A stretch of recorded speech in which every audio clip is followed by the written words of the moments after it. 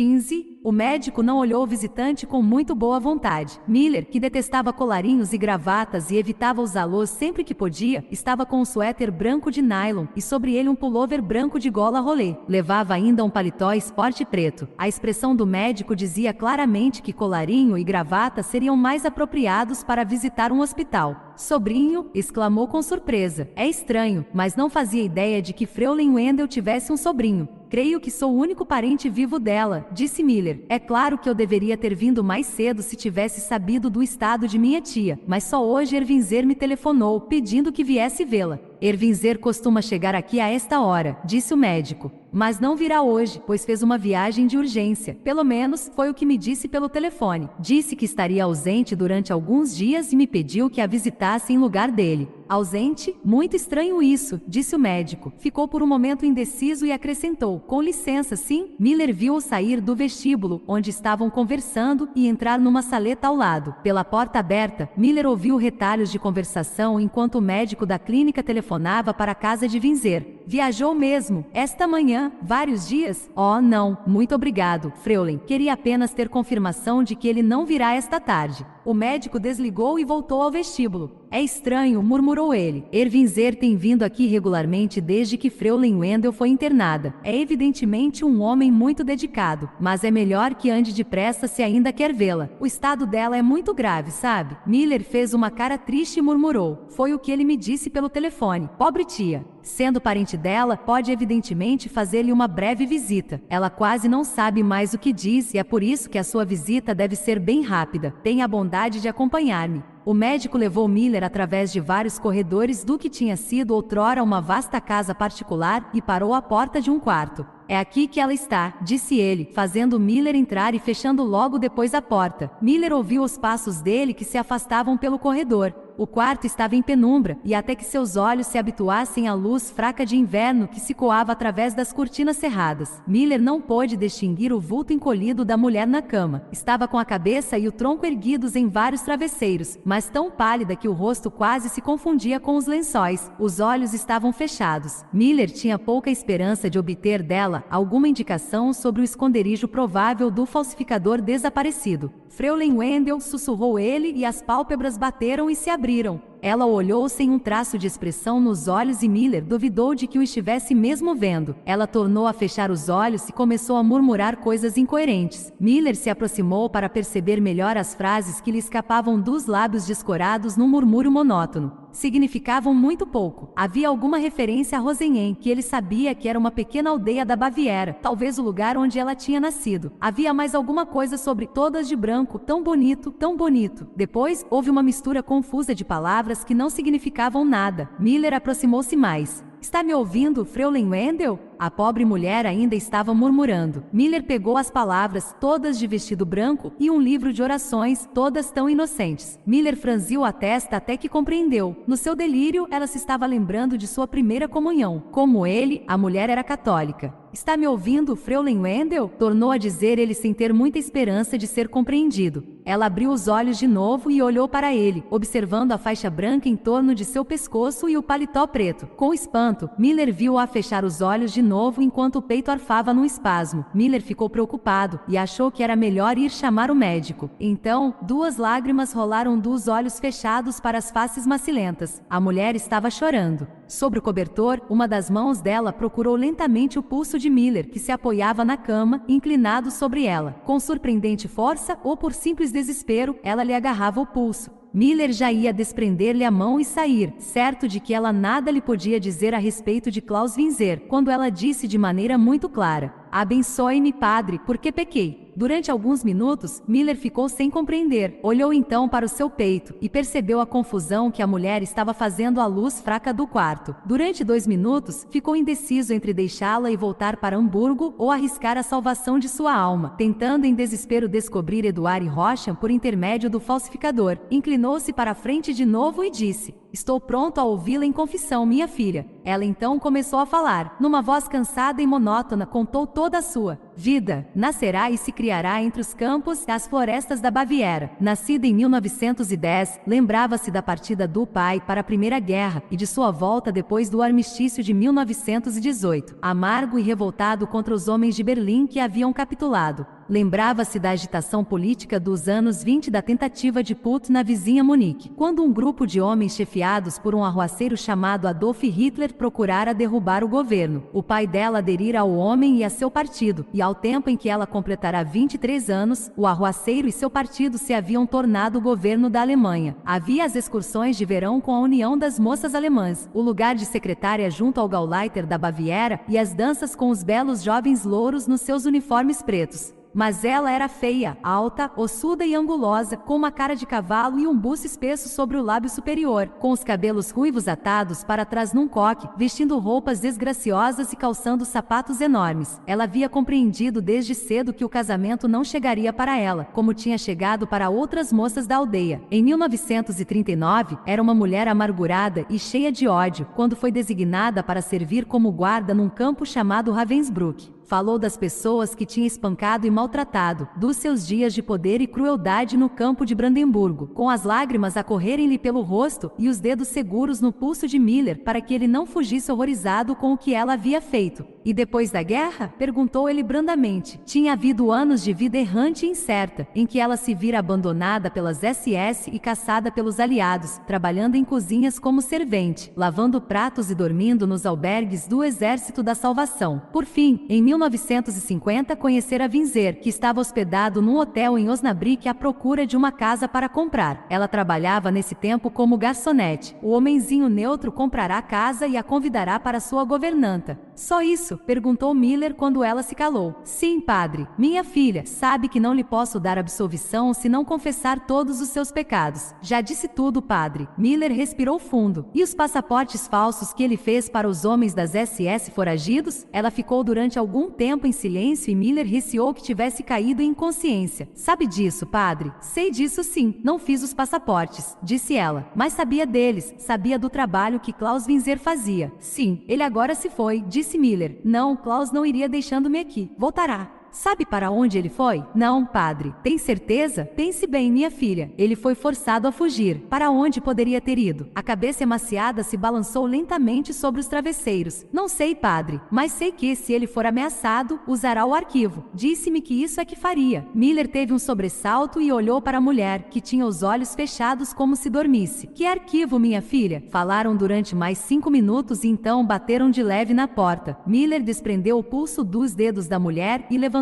para sair. Padre, a voz era suplicante e contrita. A mulher o olhava com os olhos bem abertos. Abençoe-me, padre. Miller deu um suspiro. Era mais um pecado mortal que ia cometer. Esperava que alguém em algum lugar compreendesse. Levantou a mão direita e fez o sinal da cruz. In nomine Patri Filii Spiritus Sancti ego reabsolvou a peccatis. A mulher suspirou profundamente, fechou os olhos e caiu em inconsciência. Fora no corredor, o médico estava esperando. Creio que se demorou demais, disse ele. Miller fez um sinal de assentimento. Sim, ela agora está dormindo, disse o médico olhando da porta. Em seguida, voltou com Miller até o vestíbulo. Quanto tempo acha que ela vai resistir? Perguntou Miller. É difícil dizer. 2 dias, talvez 3. Mais do que isso, não acredito. Sinto muito. Muito obrigado por me deixar vê-la, disse Miller. O médico abriu a porta para ele. Ah, mais uma coisa, doutor. Somos todos católicos em nossa família. Ela me pediu um padre. Os últimos sacramentos, sabe? É claro. Tratará disso? Certamente. Eu não sabia. Vou providenciar hoje mesmo. Muito obrigado por me haver dito. Era o fim da tarde e a noite estava começando a cair quando Miller voltou a Theodoriusplatz e estacionou seu Jaguar a 20 metros do hotel. Atravessou a rua e subiu para seu quarto. 2 andares acima, Mackenzie tinha observado a sua chegada.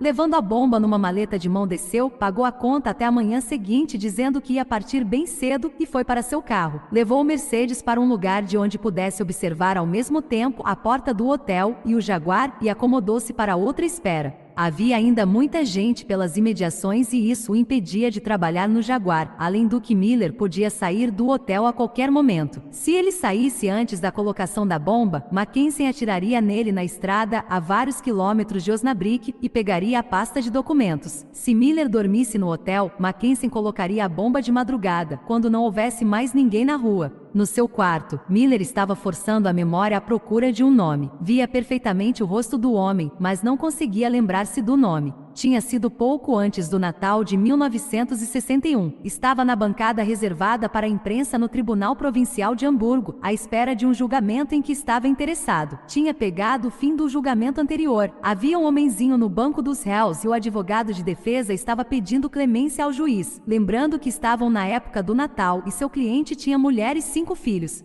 Miller tinha olhado para a assistência e vira na primeira fila o rosto cansado e aflito da mulher do réu. Cobriu o rosto com as mãos, completamente desesperada, quando o juiz, explicando que a sentença seria mais longa se não fosse o pedido de clemência do advogado, condenou o homem a 18 anos de prisão. A acusação descrevera o prisioneiro como um dos mais hábeis arrombadores de cofres de Hamburgo. Alguns dias depois, Miller estava num bar perto da Reeperbahn, tomando uns drinks de Natal em companhia de alguns de seus contatos no mundo do crime. Estava com dinheiro, pois receberá naquele dia uma reportagem grande que fizera para uma revista. No fundo do bar, uma mulher lavava o chão. Reconheceu imediatamente o rosto preocupado da mulher do arrombador de cofres condenado dias antes. No impulso de generosidade de que mais tarde se arrependeu, meteu uma nota de 100 marcos no bolso do avental da mulher e saiu. Em janeiro, recebeu uma carta da prisão de Hamburgo. A mulher devia ter perguntado o nome dele no bar e dissera ao marido. A carta fora mandada para uma das revistas para que ele trabalhava. Dizia o seguinte: meu caro Miller, minha mulher me escreveu dizendo que o senhor fez antes do Natal. Não o conheço e não sei por que fez isso, mas quero dar-lhe meus agradecimentos. Foi um verdadeiro cavalheiro. O dinheiro ajudou Doris e os filhos a passarem bem o Natal e o Ano Novo. Se algum dia precisar de mim para alguma coisa, é só dizer, respeitosamente. Mas qual era o nome que assinava a carta? Coppel. Sim, era isso. Victor Coppel. Rezando para que ele não estivesse preso de novo, Miller pegou o seu caderno com nomes e telefones de seus contatos. Colocou o telefone do homem nos joelhos e começou a chamar seus amigos no mundo do crime de Hamburgo. Encontrou Coppel às 7:30 da noite. Era uma noite de sexta-feira e ele estava num bar com um grupo de amigos e Miller pôde ouvir no telefone a eletrola do bar. Tocava a música dos Beatles, Want to Hold Your Hand, Quero Segurar Sua Mão, que quase o enlouquecera naquele inverno, tal a frequência com que era tocada. Coppel não teve muita dificuldade em se lembrar dele e dos presentes que dera a Doris 2 anos antes. Era evidente que Coppel tinha tomado alguns drinks. Foi muito decente o que fez. Miller, muito decente. Escute, você me escreveu da prisão dizendo que, se eu precisasse algum dia de você para alguma coisa, bastava lhe dizer. Lembra-se? A voz de Coppel se mostrou cautelosa. Lembro-me sim. Bem, preciso de sua ajuda. Posso contar com você? O homem de Hamburgo continuava cauteloso. Acontece que estou meio desprevenido. Miller, não é dinheiro que eu quero, disse Miller. Quero é lhe pagar por um serviço, um pequeno serviço. A voz de Coppel traduziu o alívio que ele sentia. Ah, sim. De onde é que está falando? Miller deu-lhe as suas instruções. Vá até a estação de Hamburgo e pegue o primeiro trem para Osnabrück. Estarei à sua espera na estação. E mais uma coisa, traga as suas ferramentas de trabalho. Escute, Miller, não trabalho fora de meu setor. Não conheço nada em Osnabrück. Miller começou a falar de modo que Coppel o pudesse entender. É uma sopa, Coppel. Casa vazia, dono ausente e um bocado de grana. Já estudei tudo e não há problema. Você poderá voltar para Hamburgo amanhã de manhã com um punhado de grana livre. O homem vai ficar fora durante uma semana, você pode dispor de tudo antes que ele volte, e quando ele chiar a polícia daqui vai pensar que foi um serviço local. E minha passagem de trem? Perguntou Coppel. Eu lhe darei o dinheiro quando você chegar aqui. Há um trem que sai de Hamburgo às 9. Você tem 1 hora para se arrumar. Coppel deu um profundo suspiro. Está bem, vou tomar o trem. Miller desligou, pediu à telefonista do hotel que o chamasse às 11 horas e começou a dormir. Lá fora, Mackensen continuava a sua vigília solitária. Resolveu começar a trabalhar no Jaguar à meia-noite, se Miller até então não tivesse aparecido. Mas Miller saiu do hotel às 11:15, atravessou a praça e entrou na estação. Mackensen ficou surpreso. Saiu do Mercedes e foi olhar do hall de entrada da estação. Miller estava na plataforma esperando um trem. Qual é o primeiro trem que parte dessa plataforma? Perguntou Mackensen a um funcionário da estação. O 11h33 para Minster, disse o homem. Mackenzie ficou sem saber por que Miller queria tomar um trem, se tinha um carro. Ainda confuso, voltou ao seu Mercedes e continuou a esperar. Às 11h35, o seu problema foi resolvido. Miller saiu da estação acompanhado por um homem baixo e de aspecto miserável que levava na mão uma maleta de couro preto. Estavam empenhados em animada conversa. Mackenzie praguejou. O que ele menos queria era que Miller saísse no Jaguar com outra pessoa. Isso complicaria muito a tarefa de matar Miller. Tranquilizou-se, porém, ao ver os dois homens se aproximarem de um táxi e embarcarem nele. Resolveu esperar mais 20 minutos e então começar a trabalhar no Jaguar, ainda parado a 20 metros de distância dele. À meia-noite, a praça estava quase vazia. Mackenzie saiu de seu carro levando uma lanterna lápis e 3 pequenas ferramentas. Foi até ao Jaguar, correu os olhos em torno e estendeu-se no chão para meter-se por baixo do carro. Sabia que ia sujar e molhar o terno quase instantaneamente na lama e no resto de neve da praça, mas isso era a menor de suas preocupações. Usando a pequena lanterna sob a dianteira do Jaguar, encontrou o fecho do capô. Gastou 20 minutos para soltá-lo. O capô subiu 2 centímetros quando o fecho foi aberto. Uma simples pressão do alto prenderia de novo o fecho quando ele tivesse acabado. Ao menos, não tinha necessidade de entrar no carro para soltar de dentro o fecho do capô. Voltou ao Mercedes e levou a bomba para o carro esporte. Um homem que trabalha sob o capô de um carro desperta pouca ou nenhuma atenção. Quem passa presume que esteja consertando alguma coisa em seu próprio carro. Usando o arame e o alicate, prendeu a carga explosiva à parte interna do vão do motor, fixando-a diretamente em frente à posição de direção. Estaria a menos de 1 metro do peito de Miller quando explodisse. O mecanismo de gatilho, ligado à carga central por 2 fios de 2,5 metros, foi baixado por ele através da área do motor para o chão embaixo. Escorregando por baixo do carro, examinou à luz da lanterna a suspensão dianteira. Encontrou o lugar de que precisava dentro de 5 minutos e prendeu firmemente com arame a extremidade posterior do gatilho a uma barra de reforço conveniente. As partes abertas do gatilho, envoltas em borracha e separadas pela lâmpada elétrica, foram metidas entre 2 espirais da mola que formava a suspensão dianteira do lado de dentro. Quando colocou o mecanismo firmemente no lugar, não podendo ser desprendido com os balanços normais do carro, afastou-se um pouco mais para trás. Calculou que na primeira vez em que o carro batesse numa corcova ou numa depressão normal da estrada em grande velocidade, a suspensão do lado de dentro da roda dianteira se contrairia, forçando as partes internas do gatilho a se juntarem, esmagando a frágil lâmpada que as separava, e faria o contato entre as 2 peças da lâmina de serra carregada eletricamente. Quando isso acontecesse, Miller e os documentos perigosos que levava seriam feitos em pedaços. Por fim, Mackenzie juntou os fios frouxos entre a carga explosiva e o gatilho, enrolou-os e prendeu-os com fita isolante ao lado do vão do motor para que não se arrastassem pelo chão e se gastassem pelo atrito com a superfície da estrada. Feito isso, desceu o capô e fechou. Voltando ao banco de trás do Mercedes, encolheu-se e dormiu. Calculava ter feito muito bom trabalho por uma noite. Miller pediu ao motorista do táxi que os levasse a Saarplatz, pagou a corrida e dispensou. Coppel tinha tido o bom senso de ficar calado durante a viagem, e só quando o táxi desaparecia de volta à cidade foi que ele voltou a falar. Espero que saiba o que está fazendo, Miller. Quero dizer, é estranho ver o senhor metido numa transa dessa e tudo mais. Não se preocupe, Coppel. Quero apenas alguns documentos que estão guardados num cofre dentro de uma casa. Ficarei com eles e você poderá passar a mão em tudo mais que houver, certo? Bem, já que é o senhor que está dizendo, para mim está certo. Vamos a isso. Há mais uma coisa. No lugar para onde vamos, há uma empregada que dorme em casa.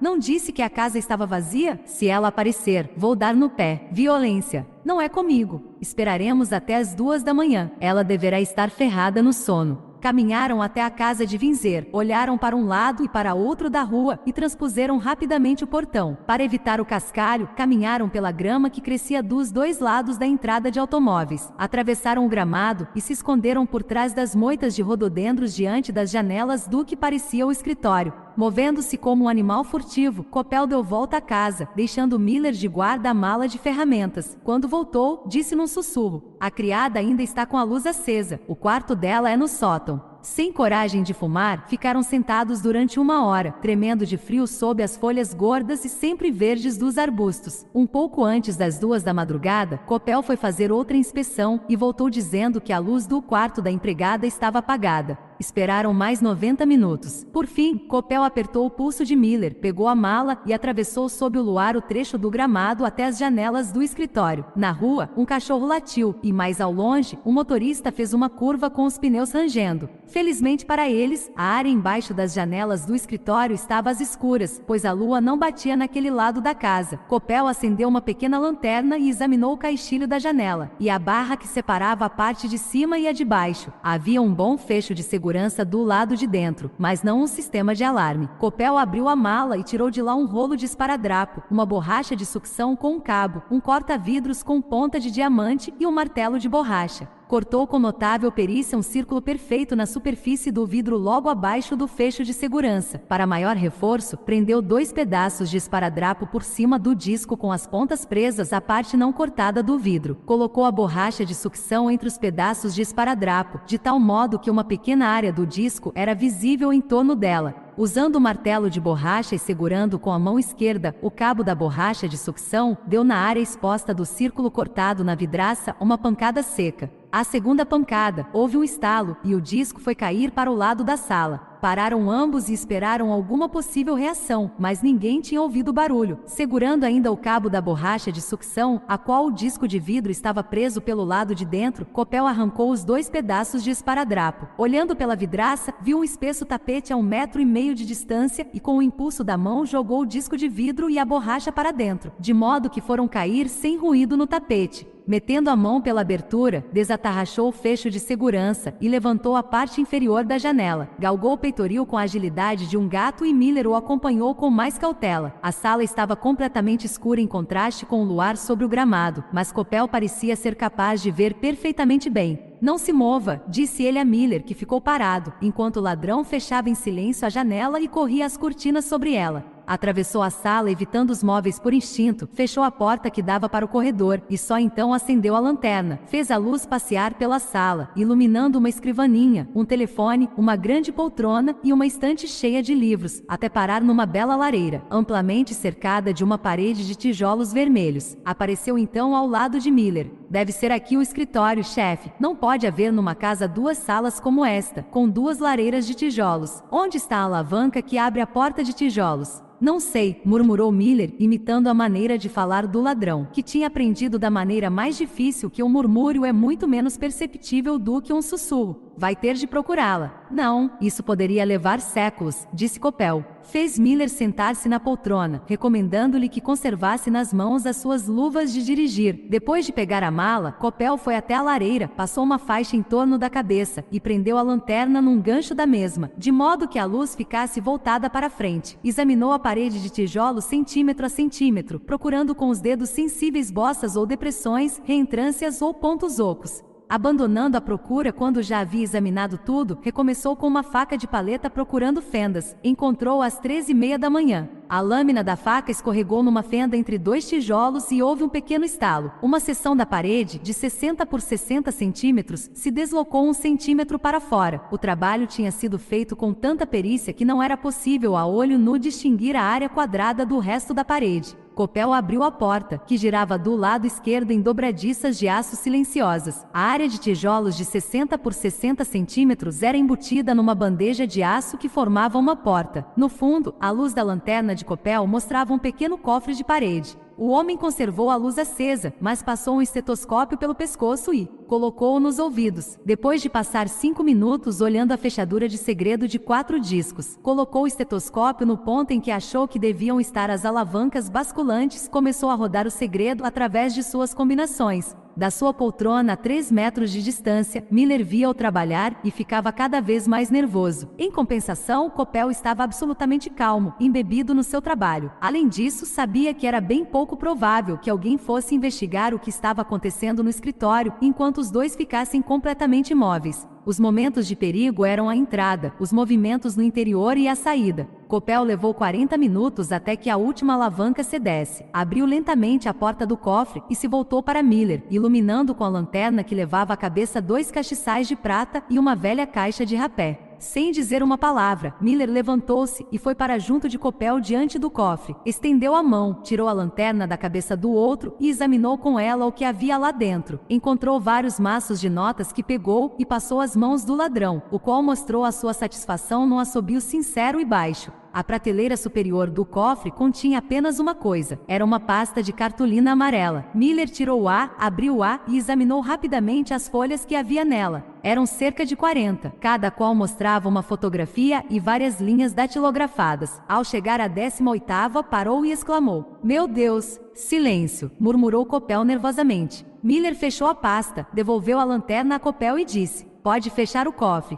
Coppel recolocou a porta no lugar e fez girar o segredo, não até que a porta fosse fechada, mas até que os números estivessem na mesma ordem em que os tinha encontrado. Em seguida, fez girar a parede de tijolos e empurrou-a firmemente. Houve outro estalo e tudo ficou no lugar. Tinha guardado no bolso as notas que representavam o produto dos 4 últimos passaportes de Windsor. Só restava guardar na mala os castiçais de prata e a tabaqueira. Apagando a lanterna, levou Miller pelo braço até a janela, abriu as cortinas e olhou através da vidraça. O gramado estava deserto e a lua se escondera entre nuvens. Coppel abriu a janela, saltou com a mala e com tudo e esperou que Miller saltasse também. Desceu a vidraça e se encaminhou para os arbustos, seguido pelo repórter que metera a pasta por dentro do suéter. Seguiram sob a proteção dos arbustos até bem perto do portão e saíram então para a rua. Miller sentia uma vontade quase invencível de correr. "Ande devagar", disse Coppel, falando em voz normal. "Ande e converse como se estivéssemos voltando de uma festa." A distância até a estação era de uns 5 quilômetros. Já eram quase 5 horas. As ruas não estavam inteiramente desertas, embora fosse sábado, porque o trabalhador alemão se levanta cedo para cuidar da vida. Foram até a estação sem que ninguém os fizesse parar e interrogasse. Não havia trem para Hamburgo antes das 7 horas, mas Coppel disse que não se incomodaria de esperar na cantina da estação, tomando café e aquecendo-se com alguma bebida.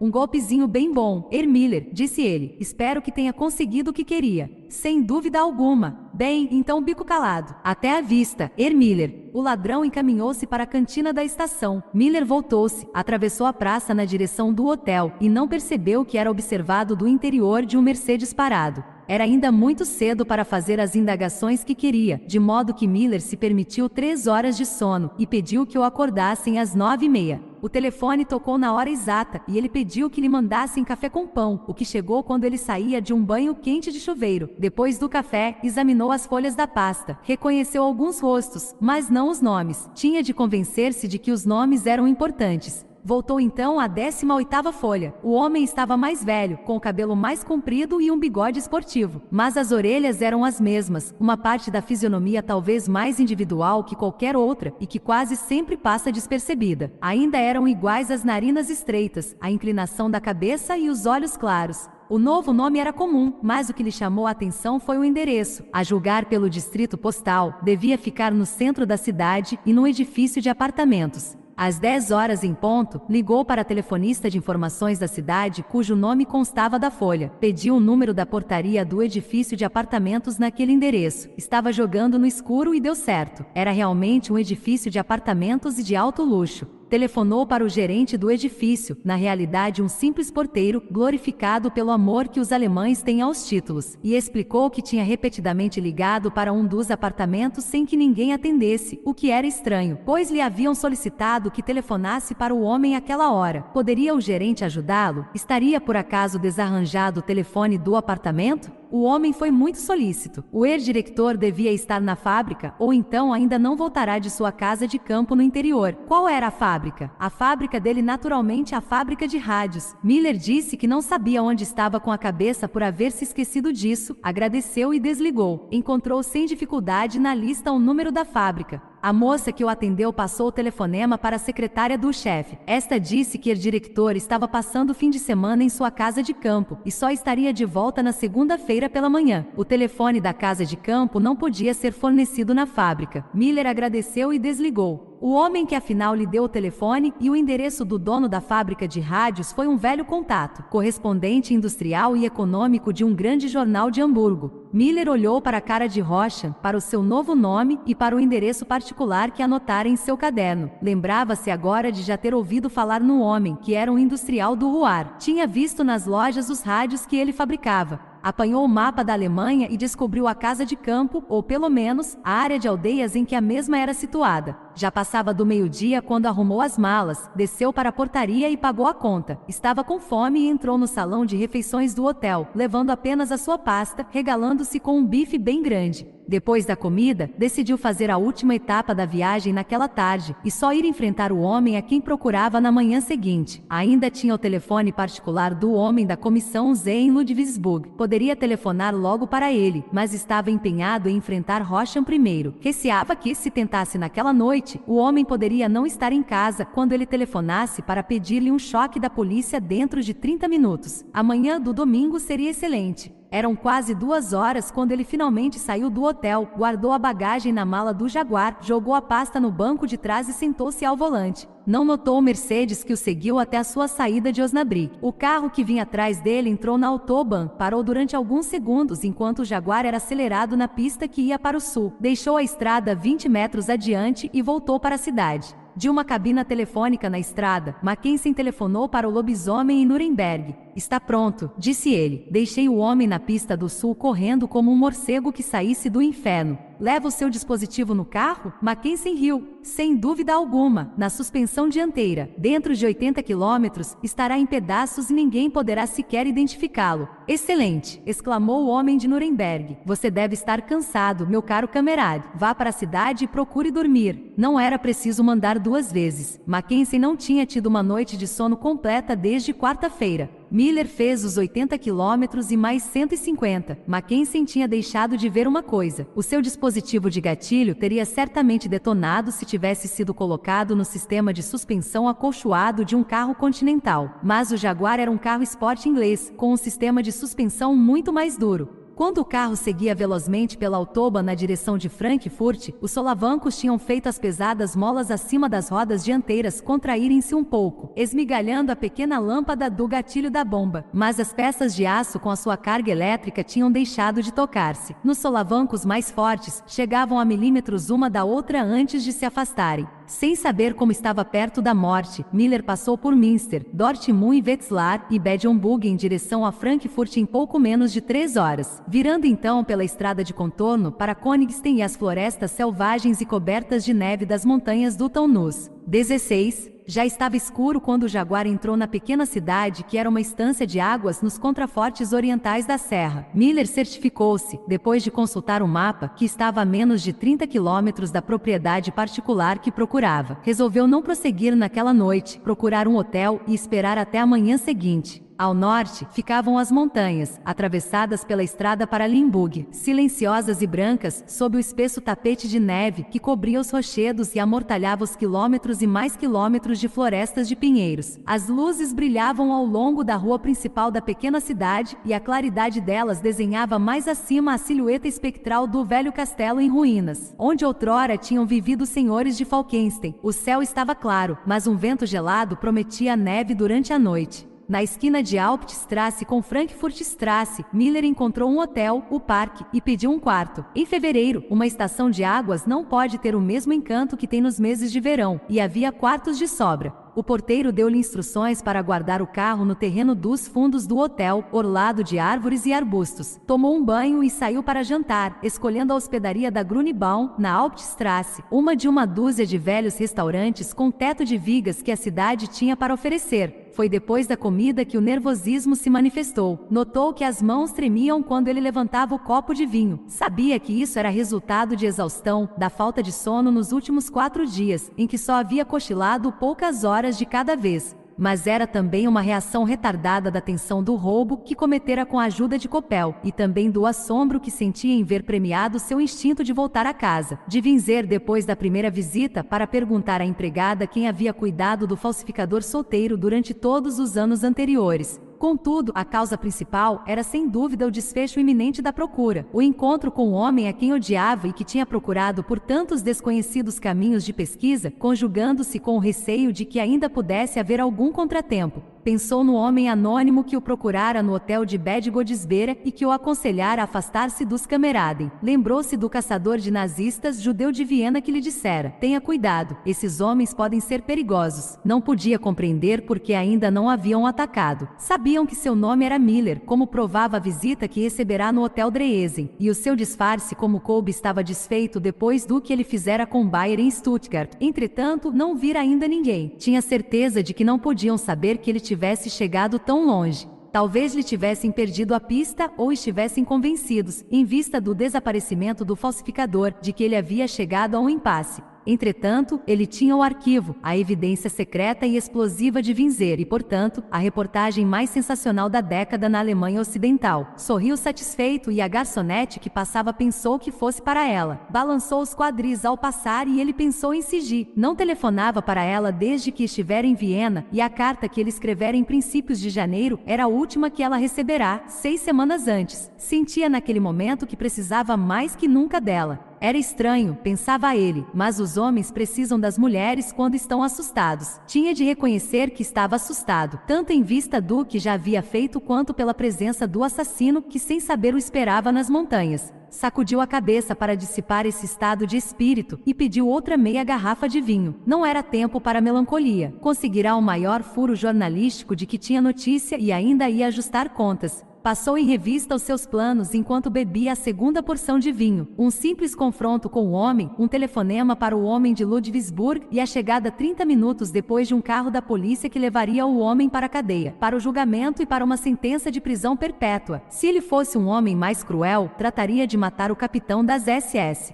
Ocorreu-lhe de repente que estava desarmado. E se Rochen tivesse um guarda-costas? Estaria ele de fato sozinho, certo de que seu novo nome o protegeria de ser descoberto? Ou teria um braço forte para entrar em ação em caso de dificuldades? No tempo em que fizera o serviço militar, um dos amigos de Miller, tendo passado a noite no corpo da guarda por haver chegado atrasado à base, roubara um par de algemas da polícia militar. Mais tarde, preocupado com a ideia de que pudesse encontrá-las na sua mochila, tinha dado as algemas a Miller. O repórter as havia conservado apenas como uma lembrança de uma noite de farra no exército. Estavam no fundo de uma mala no seu apartamento de Hamburgo. Tinha também uma pequena automática Sauer, que comprará legalmente na ocasião em que fazia uma reportagem sobre a exploração do vício em Hamburgo em 1960 e fora ameaçado pelos homens da quadrilha de Pauli. Estava guardada numa gaveta de sua mesa, também em Hamburgo. Sentindo-se um pouco tonto com os efeitos do vinho, de um conhaque duplo e do cansaço, pagou a conta, levantou-se e foi para o hotel. Já ia subir para telefonar do quarto, quando viu 2 cabinas telefônicas quase à porta do hotel. Era mais seguro telefonar dali.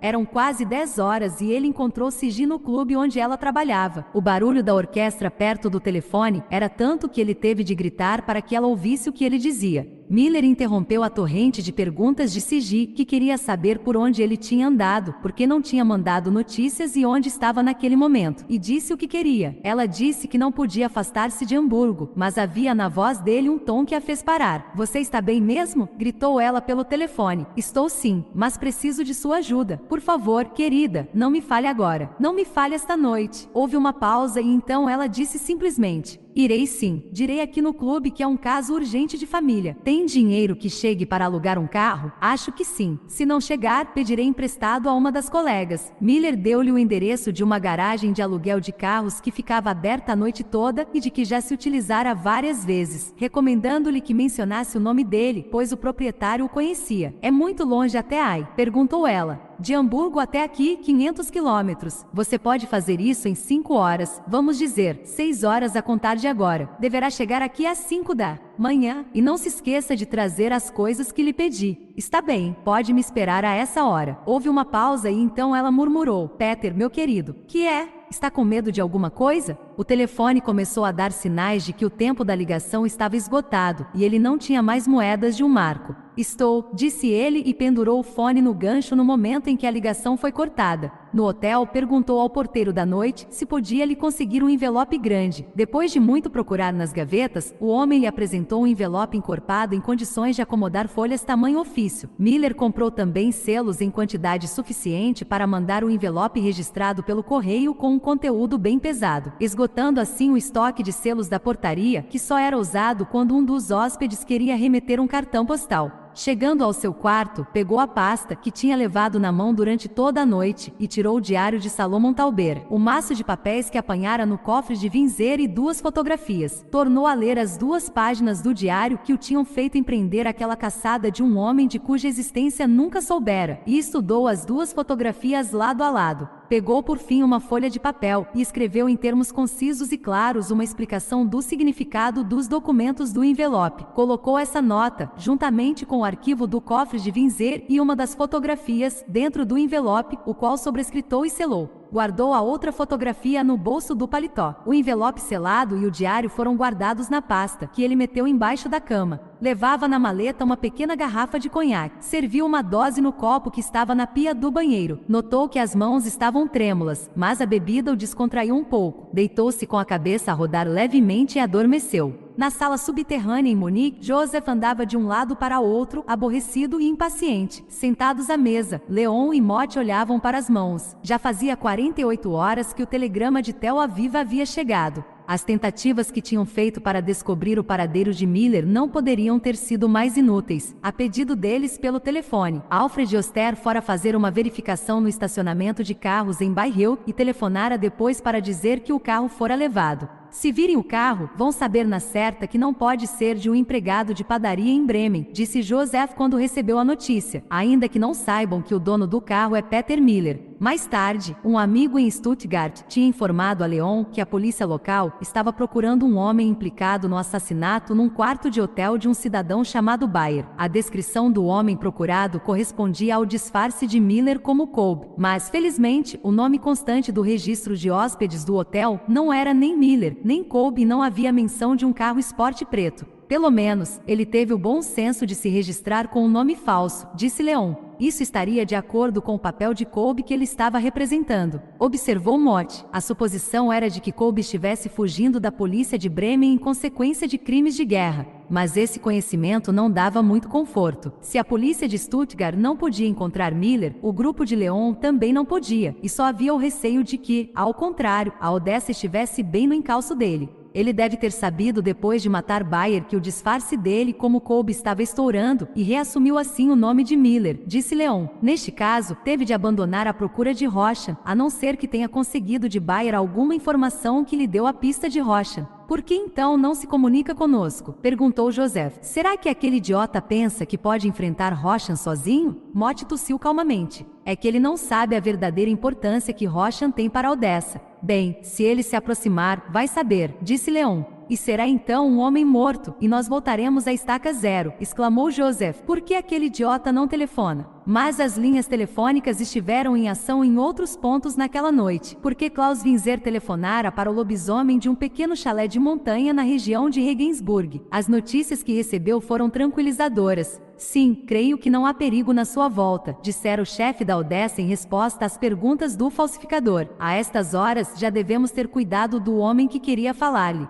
O falsificador agradeceu, pagou a conta na hospedaria e partiu, mesmo à noite, para o norte e para o conforto conhecido de sua cama na casa de Westerber. Esperava chegar a tempo de tomar um bom banho, fazer uma refeição farta e pegar um sono bem comprido. Na manhã de segunda-feira, estaria de volta à tipografia, cuidando dos seus negócios. Miller foi despertado por uma batida na porta do quarto. Abriu os olhos, viu que deixara a luz acesa e foi até a porta. O porteiro da noite estava lá e atrás dele estava Sigi. Tranquilizou o homem explicando que a senhora era sua esposa que lhe vinha trazer alguns papéis importantes que ele precisava para resolver o negócio no dia seguinte. O porteiro, um homem simples do interior com um forte sotaque do Hesse, recebeu a sua gorjeta e se retirou. Sigi passou os braços em torno dele, enquanto Miller fechava com o pé a porta do quarto. Por onde tem andado? Que é que está fazendo aqui? Ele se livrou das perguntas da maneira mais simples. Quando se apartaram, as faces frias de Sigi estavam em fogo e Miller se sentia como um galo de briga. Tirou o casaco dela e pendurou-o no cabide atrás da porta. Sigi recomeçou a fazer perguntas. Temos de tratar primeiro das coisas mais urgentes, disse ele, fazendo-a rolar na cama onde ele tinha dormido e que ainda estava quente sob o edredom.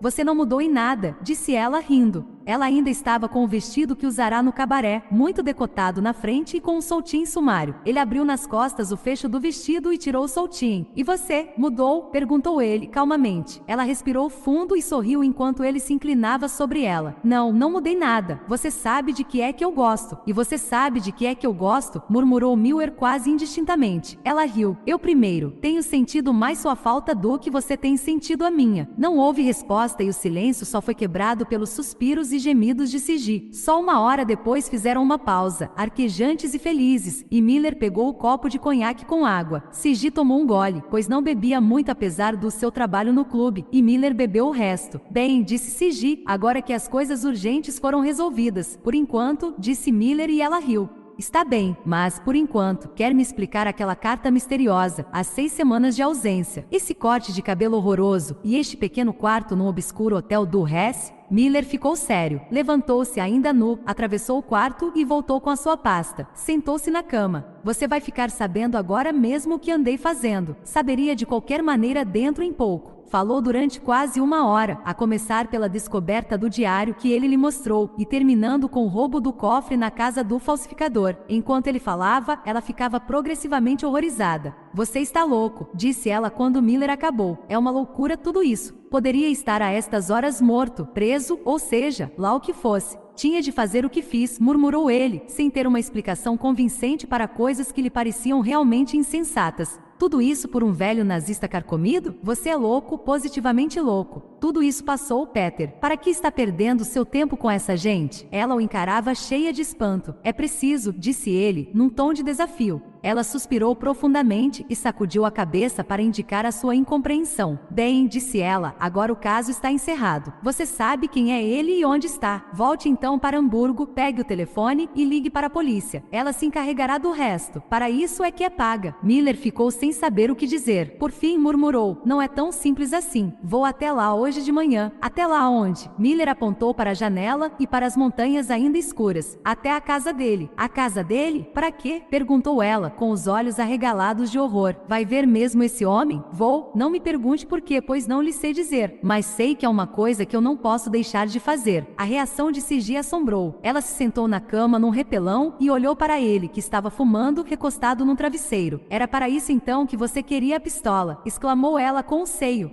arfando em sua cólera. Você vai matá-lo. Não, não vou matá-lo. Neste caso, ele o matará. E você vai até lá sozinho com uma pistolinha contra ele e sua quadrilha. Imundo, tipo desprezível e abjeto. Miller olhou assombrado. Por que é que está tão inflamada assim? É por causa de Rocha? Pouco me interessa esse velho nazista horroroso. Estou falando é de nós dois, sujeitinho cretino. Vai arriscar-se a ser morto lá em cima, só para provar alguma coisa que está dentro de sua cabeça, e para ter uma reportagem para suas revistas idiotas. E eu, como é que vou ficar? Nisso você não pensa nem por um minuto. Tinha começado a chorar e as lágrimas lhe abriam regos na sombra negra dos olhos, que fazia correr-lhe pelas faces sulcos como linhas de estrada de ferro. Olhe bem para mim. Quem é que você pensa que eu sou? Uma prostituta Hellis que não tem outro sonho na vida senão ir para a cama com um repórter imbecil para que ele se sinta satisfeito e trate de conseguir uma reportagem maluca que pode acabar por matá-lo? Não, meu caro cretino. O que eu quero é me casar. Quero ser Frau Miller. Quero ter filhos. Mas você vai se matar. Oh, Deus! Saltou da cama e correu para o banheiro, batendo e trancando a porta. Miller ficou na cama boquiaberto, com o cigarro ardendo entre os seus dedos. Nunca a tinha visto tão zangada e isso o surpreendeu. Pensou no que ela havia dito, ao mesmo tempo que ouvia a água correr no banheiro. Apagando o cigarro, atravessou o quarto e foi bater na porta do banheiro. Sigi, não houve resposta. Sigi, a água deixou de correr. Vá embora. Por favor, abri a porta, Sigi. Quero falar com você. Houve uma pausa e então a porta foi aberta. Sigi apareceu nua e de cara fechada. Tinha lavado o rosto, tirando todos os vestígios da maquiagem. Que é que você quer? Perguntou ela. Venha para a cama. Quero falar com você. Vamos acabar gelados ficando aqui. Não, o que você quer é fazer amor de novo. Não, dou-lhe minha palavra. Só quero falar com você. Ele a pegou pela mão e levou-a para a cama e para o calor que esta oferecia. Ela o olhou cautelosamente do travesseiro. De que é que você quer falar? Perguntou ela com desconfiança. Ele subiu para a cama ao lado dela e lhe disse ao ouvido.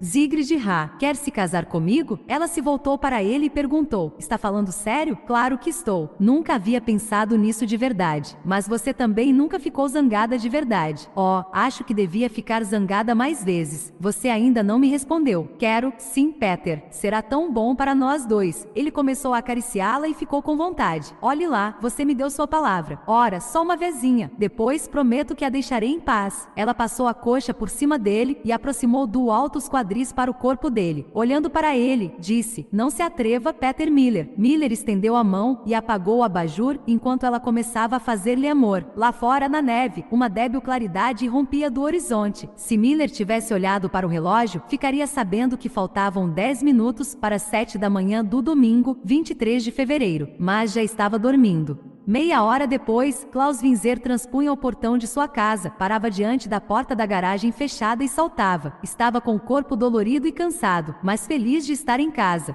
Bárbara ainda não estava de pé, aproveitando a ausência do patrão para dormir um pouco mais que de costume. Quando apareceu, depois que Winzer entrou e a chamou do pé da escada, estava com uma camisola que faria o sangue de qualquer outro homem correr mais depressa. Mas em vez disso, ele pediu ovos fritos, torradas, geleia e um bule de café e um banho. Não teve nada disso. A empregada lhe disse que tinha descoberto na manhã do sábado ao ir arrumar o escritório que a janela estava quebrada e que tinham levado os castiçais e a tabaqueira de prata. Disse que tinha chamado a polícia e que os detetives tinham sido de opinião que o círculo aberto na vidraça só podia ter sido obra de um ladrão profissional. Tivera de dizer que o dono da casa estava ausente e eles disseram que queriam ser avisados quando ele voltasse, pois tinham algumas perguntas a fazer-lhe sobre os objetos roubados. Winzer ouviu em completo silêncio o que lhe dizia a empregada, embora estivesse muito pálido e as têmporas lhe latejassem. Mandou-a ir fazer café na cozinha e entrou no escritório, fechando a porta. 30 segundos depois, diante do cofre vazio, convenceu-se de que o arquivo com as fichas de 40 criminosos da Odessa tinha desaparecido. Quando se afastava do cofre, o telefone tocou. Era o médico da clínica para informar-lhe que Freulen Wendel morrera naquela noite. Durante 2 horas, Winzer ficou sentado diante da lareira apagada, sem dar atenção ao frio que se infiltrava pelo buraco da vidraça, que fora coberto com papel de jornal, pensando no que devia fazer. Os repetidos chamados de Bárbara do outro lado da porta, trancada no sentido de que a mesa do café estava pronta, não mereceram atenção, mas ela ouviu murmurar do outro lado: não tive culpa, não tive culpa. Miller se esquecera de cancelar o chamado pelo telefone que recomendara a portaria do hotel antes de telefonar para Sigi em Hamburgo. O telefone tocou às 9 horas. Miller atendeu, agradeceu e saiu da cama. Sabia que, se não se levantasse, iria dormir outra vez. Sigi estava mergulhada num sono profundo, exausta da viagem, do amor e da emoção de afinal ter sido pedida em casamento.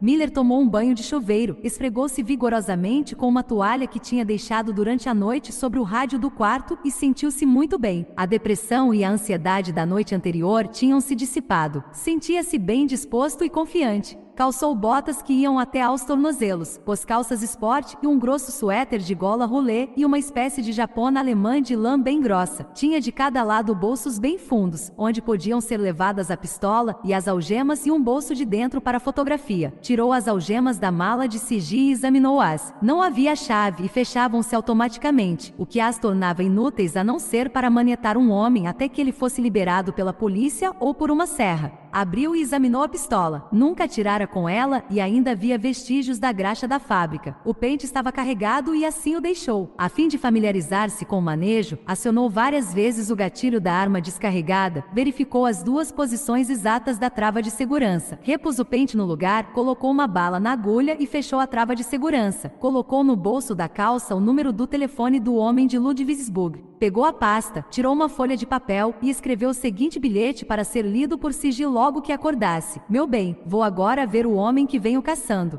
Tenho motivos para querer vê-lo cara a cara e para estar presente quando a polícia o levar algemado. Os motivos são bons e eu espero poder contar-lhe tudo hoje à tarde. Mas, como nunca se sabe o que pode acontecer, aqui está o que eu quero que você faça. As instruções eram precisas e diretas. Escreveu o número do telefone em Munique para o qual ela devia ligar e o que ela devia dizer ao homem que atendesse do outro lado. Terminou com as seguintes palavras: Sejam quais forem as circunstâncias, não me siga a montanha. Só poderia com isso agravar a situação, seja ela qual for. Por conseguinte, se eu não estiver de volta ao meio-dia, ou não tiver ligado para o telefone deste quarto, telefone para esse número, dê esse recado. Deixe o hotel, deposite o envelope em qualquer caixa do correio em Frankfurt e prossiga a viagem para Hamburgo. Enquanto isso, não fique noiva de mais ninguém. Com todo o meu amor, Peter. Colocou o bilhete na mesa de cabeceira ao lado do telefone, juntamente com o envelope que continha o arquivo da Odessa e 3 notas de 50 marcos. Com o diário de Salomon Tauber debaixo do braço, saiu do quarto e desceu. Passando pela portaria, pediu que a telefonista desse outra chamada para o seu quarto às 11h30. Saiu do hotel às 9h30 e ficou surpreso com a quantidade de neve que tinha caído durante a noite. Foi até ao fundo do hotel, entrou no Jaguar e ligou o motor. Este levou alguns minutos para pegar. Enquanto ele estava se aquecendo, Miller tirou uma escova da mala do carro e limpou a espessa camada de neve que cobria o capô, o teto e o para-brisa.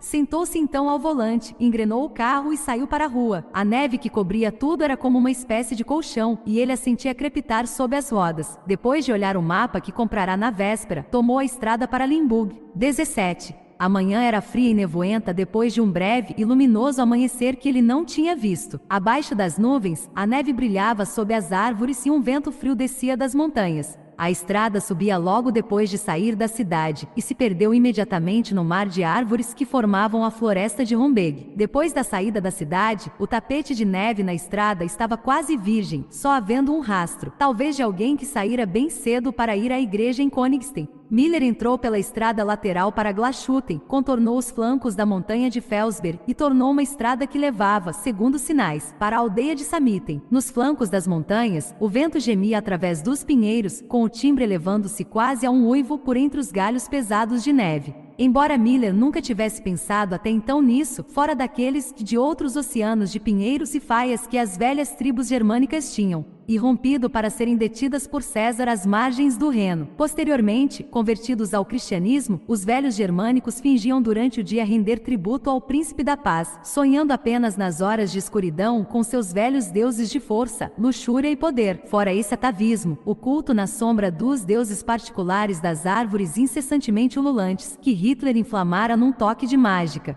Depois de mais 20 minutos de cautelosa marcha, Miller conferiu de novo seu mapa e começou a procurar a entrada para uma propriedade particular. Quando a encontrou, havia um portão fechado por um ferrolho de aço, tendo ao lado o cartaz: propriedade particular, proibida a entrada. Deixou o motor trabalhando, saltou e abriu o portão. Subiu a entrada de automóveis. A neve estava intacta e ele seguiu em velocidade reduzida, pois havia apenas areia congelada por baixo da neve. 200 metros adiante, um galho de um enorme carvalho tinha caído durante a noite, carregado de meia tonelada de neve. O galho tinha caído na vegetação rasteira e alguns dos seus ramos se espalhavam pela estrada. Derrubara também um poste fino e preto, que fora cair atravessado na estrada. Não querendo sair e tirá-lo do caminho, Miller continuou cuidadosamente, sentindo ligeiro choque quando as rodas da frente e depois as de trás passaram sobre o poste. Livre dessa obstrução, dirigiu-se para casa e foi sair numa clareira, onde ficavam a vila e os jardins, cercados por uma faixa circular de cascalho. Parou o carro diante da porta principal, saltou e tocou a campainha. Na hora em que Miller estava saltando do carro, Klaus Winzer tomou afinal uma decisão e telefonou para o lobisomem. O chefe da Odessa estava nervoso e irritado, pois já passara muito da hora em que ele devia ter a notícia da explosão de um carro esporte, proveniente de certo do tanque de gasolina, na Autobahn, ao sul de Osnabrück. Mas, quando ouviu o que lhe dizia o homem do outro lado da linha, a sua raiva não teve mais limites. Você fez o quê? Idiota, burro, cretino. Sabe o que é que vai acontecer se esse arquivo não for recuperado? Sozinho no seu escritório em Osnabrück, Klaus Winzer pendurou o fone no gancho depois das últimas frases do lobisomem e voltou para sua mesa. Estava muito calmo. Já por 2 vezes, a vida fora por demais rude para ele. Primeiro, quando o trabalho que fizera com tanto amor durante a guerra fora destruído, sendo lançado nos lagos. Depois, quando ficará arruinado em 1948, com a desvalorização do seu dinheiro. Agora aquilo. Tirando da última gaveta uma luger velha mas ainda eficiente, colocou o cano na boca e puxou o gatilho. A bala que lhe dilacerou a cabeça não era falsificada.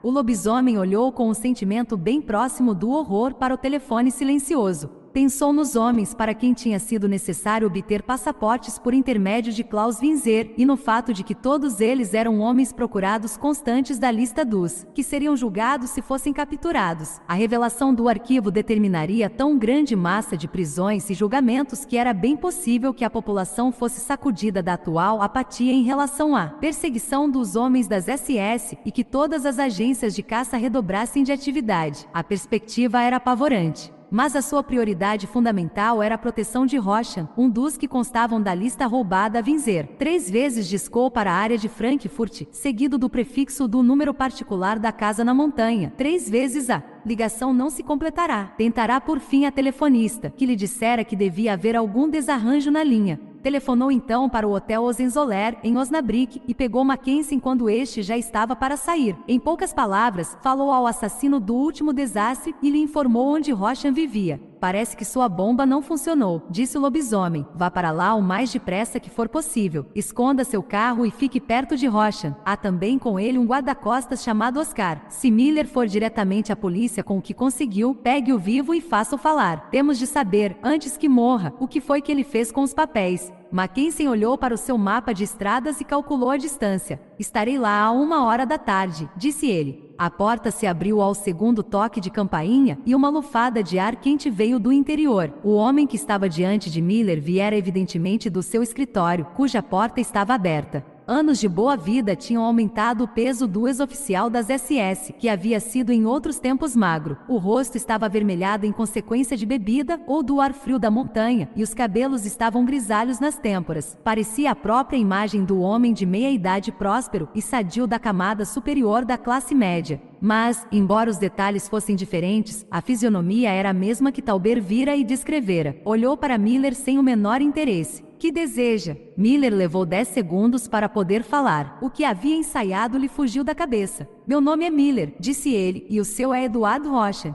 Ao ouvir os 2 nomes, o homem diante dele teve um brilho nos olhos, mas um controle de ferro conservou imperturbáveis as suas feições. Não compreendo, disse ele afinal. Nunca ouvi falar desse homem a que se refere. Por trás de sua fachada de calma, a cabeça do ex-oficial das SS fervilhava. Várias vezes em sua vida depois de 1945, tinha sobrevivido graças à sua presença de espírito em momentos de crise. Reconhecia muito bem o nome de Miller e se lembrava da conversa que tivera com o lobisomem semanas antes. O seu primeiro impulso foi bater com a porta na cara de Miller, mas se dominou. Está sozinho em casa? Perguntou Miller. Estou, respondeu Rochan, dizendo a verdade. Vamos para o seu escritório, disse Miller. Rochan não fez objeção, pois compreendia que era forçado a conservar Miller dentro de casa e procurar ganhar tempo até que rodou nos calcanhares e caminhou pelo hall. Miller fechou a porta e entrou no escritório ao mesmo tempo que ele. Era uma sala confortável com uma porta bem acolchoada que Miller fechou e um fogo de troncos a arder na lareira. Rochan parou no centro da sala e voltou-se para Miller. Sua mulher está em casa? Perguntou ele. Rochan sacudiu a cabeça. Foi visitar os parentes neste fim de semana, disse Rochan. Era verdade. Ela fora chamada de repente e partirá no segundo carro. O primeiro carro do casal estava por azar recolhido a uma garagem para concertos. Ela devia voltar naquela noite. O que Rochan não disse, mas centralizava os seus pensamentos, era que seu motorista e guarda-costas Oscar tinha descido de bicicleta para a aldeia meia hora antes para pedir conserto na linha telefônica. Sabia que tinha de fazer Miller falar até que o homem voltasse.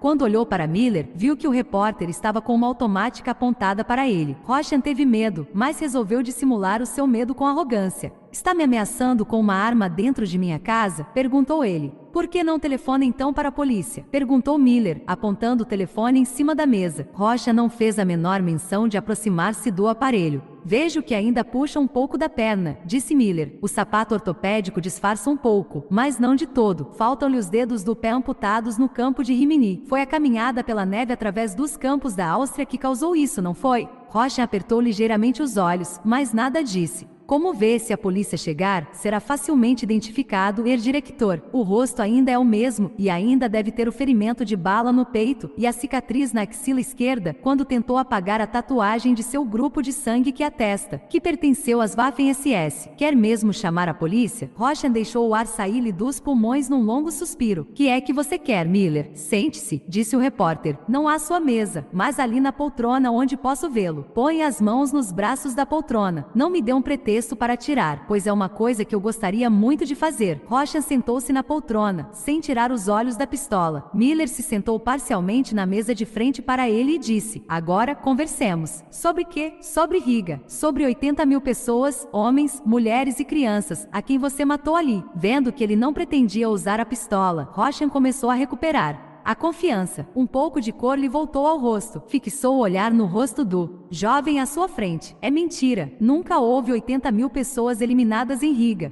70.000? 60? Perguntou Miller. Acha que tem mesmo importância saber exatamente quantos milhares você matou? É justamente isso, disse ansiosamente Roshan. Não tinha importância naquele tempo e não tem importância agora. Escute aqui, meu jovem. Não sei ao certo porque saiu à minha procura, mas posso calcular. Encheram-lhe a cabeça com uma porção de tolices sentimentais sobre crimes de guerra e coisas assim. Tudo isso é asneira, pura e absoluta asneira. Que idade tem você? 29 anos. Já fez então o seu serviço militar no exército? Já. Fui um dos primeiros a prestar serviço no Exército Nacional depois da guerra. Passei 2 anos nas fileiras. Sabe então muito bem o que é o exército. Um homem recebe ordens e tem de cumprir essas ordens. Não quer saber se são certas ou erradas. Sabe disso tão bem quanto eu. Não fiz mais que cumprir as ordens que recebi. Em primeiro lugar, você nunca foi um soldado, disse calmamente Miller. Era um carrasco, ou para falar em termos mais diretos, um assassino, um massacrador. Não se compare com um soldado. Tolice, disse Roshan exaltadamente. Tudo isso é tolice. Éramos soldados como os outros, cumpríamos ordens como os outros. Vocês, jovens,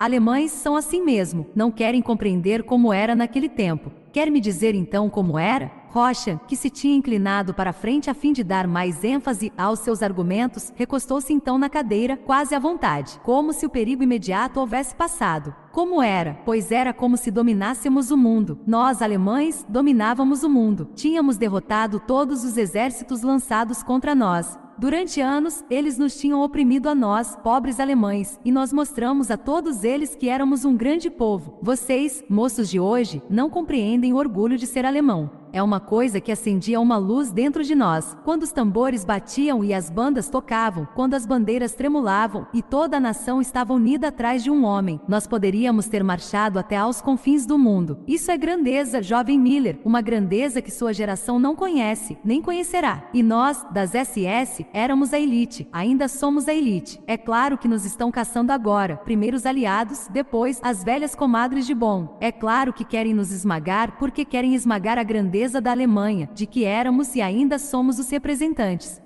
Dizem muitas coisas imbecis a respeito do que sucedeu em alguns campos que um mundo equilibrado já devia ter esquecido há muito tempo. Falam muito porque tivemos de limpar a Europa da poluição da sujeira judaica que impregnava todas as facetas da vida alemã e nos estava arrastando para a lama. Tínhamos de fazer isso, fique sabendo. Foi um simples episódio secundário no grande plano de uma Alemanha e de um povo alemão, puro de sangue e de ideais, dominando o mundo como é de seu direito. Do nosso direito, Miller. Nosso direito e nosso destino se os malditos ingleses e esses americanos eternamente cretinos não tivessem metido seus narizes efeminados. Não tenha ilusões. Pode falar nessas coisas, mas nós estamos do mesmo lado, meu jovem, embora haja uma geração entre nós, mas ainda estamos do mesmo lado porque somos alemães, o maior povo do mundo, e vai deixar que o seu julgamento de tudo isso, da grandeza que foi outrora da Alemanha e voltará a ser um dia, da nossa unidade essencial, de todos nós que somos o povo alemão, vai deixar que o seu julgamento de tudo isso seja afetado pelo que aconteceu a alguns judeus? Não pode ver, meu jovem desorientado, que estamos do mesmo lado e pertencemos ao mesmo povo e ao mesmo destino?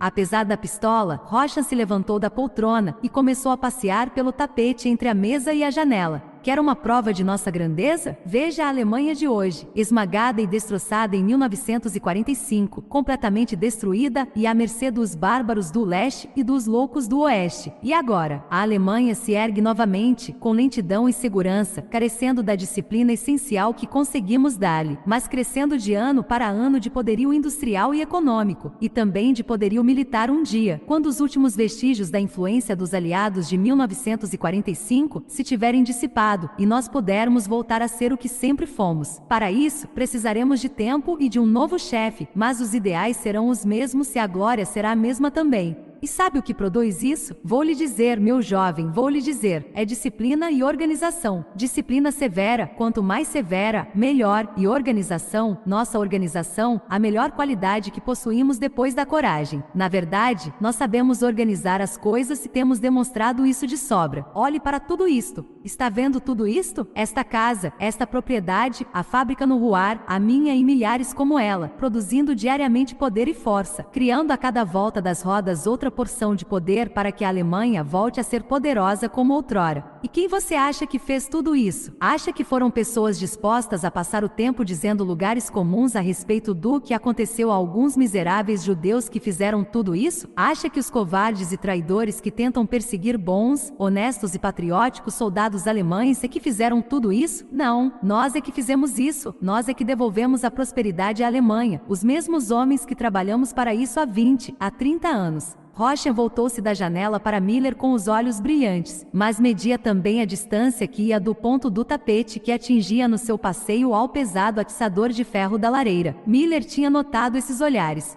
Agora você vem até aqui, um representante da nova geração, cheio de idealismo e de interesse, e aponta uma pistola para mim. Por que não volta o seu idealismo para a Alemanha, para sua pátria, para seu povo? Julga que representa o povo nessa caçada à minha pessoa? Crê que é isso que o povo da Alemanha quer? Miller sacudiu a cabeça. Não, não creio, disse ele. Aí está, se chamar a polícia e me entregar, poderão submeter-me a julgamento. Digo que poderão porque não é certo nem que consigam armar um julgamento, depois de tanto tempo e com todas as testemunhas dispersas ou mortas. Guarde, portanto, a sua pistola e volte para casa. Volte para casa e procure ler a verdadeira história daqueles tempos, aprendendo que a grandeza passada e a atual prosperidade da Alemanha tem sua origem em alemães patriotas como eu. Miller tinha se conservado mudo durante essa tirada, observando com espanto e crescente repulsa o homem que passeava pelo tapete à sua frente, tentando convertê-lo à velha ideologia. Queria dizer uma porção de coisas, falando das pessoas que conhecia e de milhões como elas que não viam a necessidade de comprar a glória ao preço do massacre de milhões de outros seres humanos. Mas as palavras não vieram, quase nunca vêm quando se precisa delas. Em vista disso, continuou calado e olhando até que Rocha acabou. Depois de alguns momentos de silêncio, Miller perguntou: já ouviu falar num homem chamado Tauber? Quem? Até Salomon Tauber. Era alemão também, judeu. Esteve em Riga do princípio. Ao fim, Rocha encolheu os ombros. Não me posso lembrar dele. Foi há tanto tempo. Quem era ele? Sente-se, disse Miller, e desta vez fique sentado. Rocha voltou à poltrona com um gesto de impaciência, cada vez mais certo de que Miller não ia atirar. Estava mais preocupado com o problema de preparar-lhe uma armadilha antes que ele pudesse fugir do que com o obscuro judeu havia muito morto. Tauber morreu em Hamburgo a 22 de novembro do ano passado. Suicidou-se com gás. Está escutando? Já que sou forçado, o que é que eu vou fazer?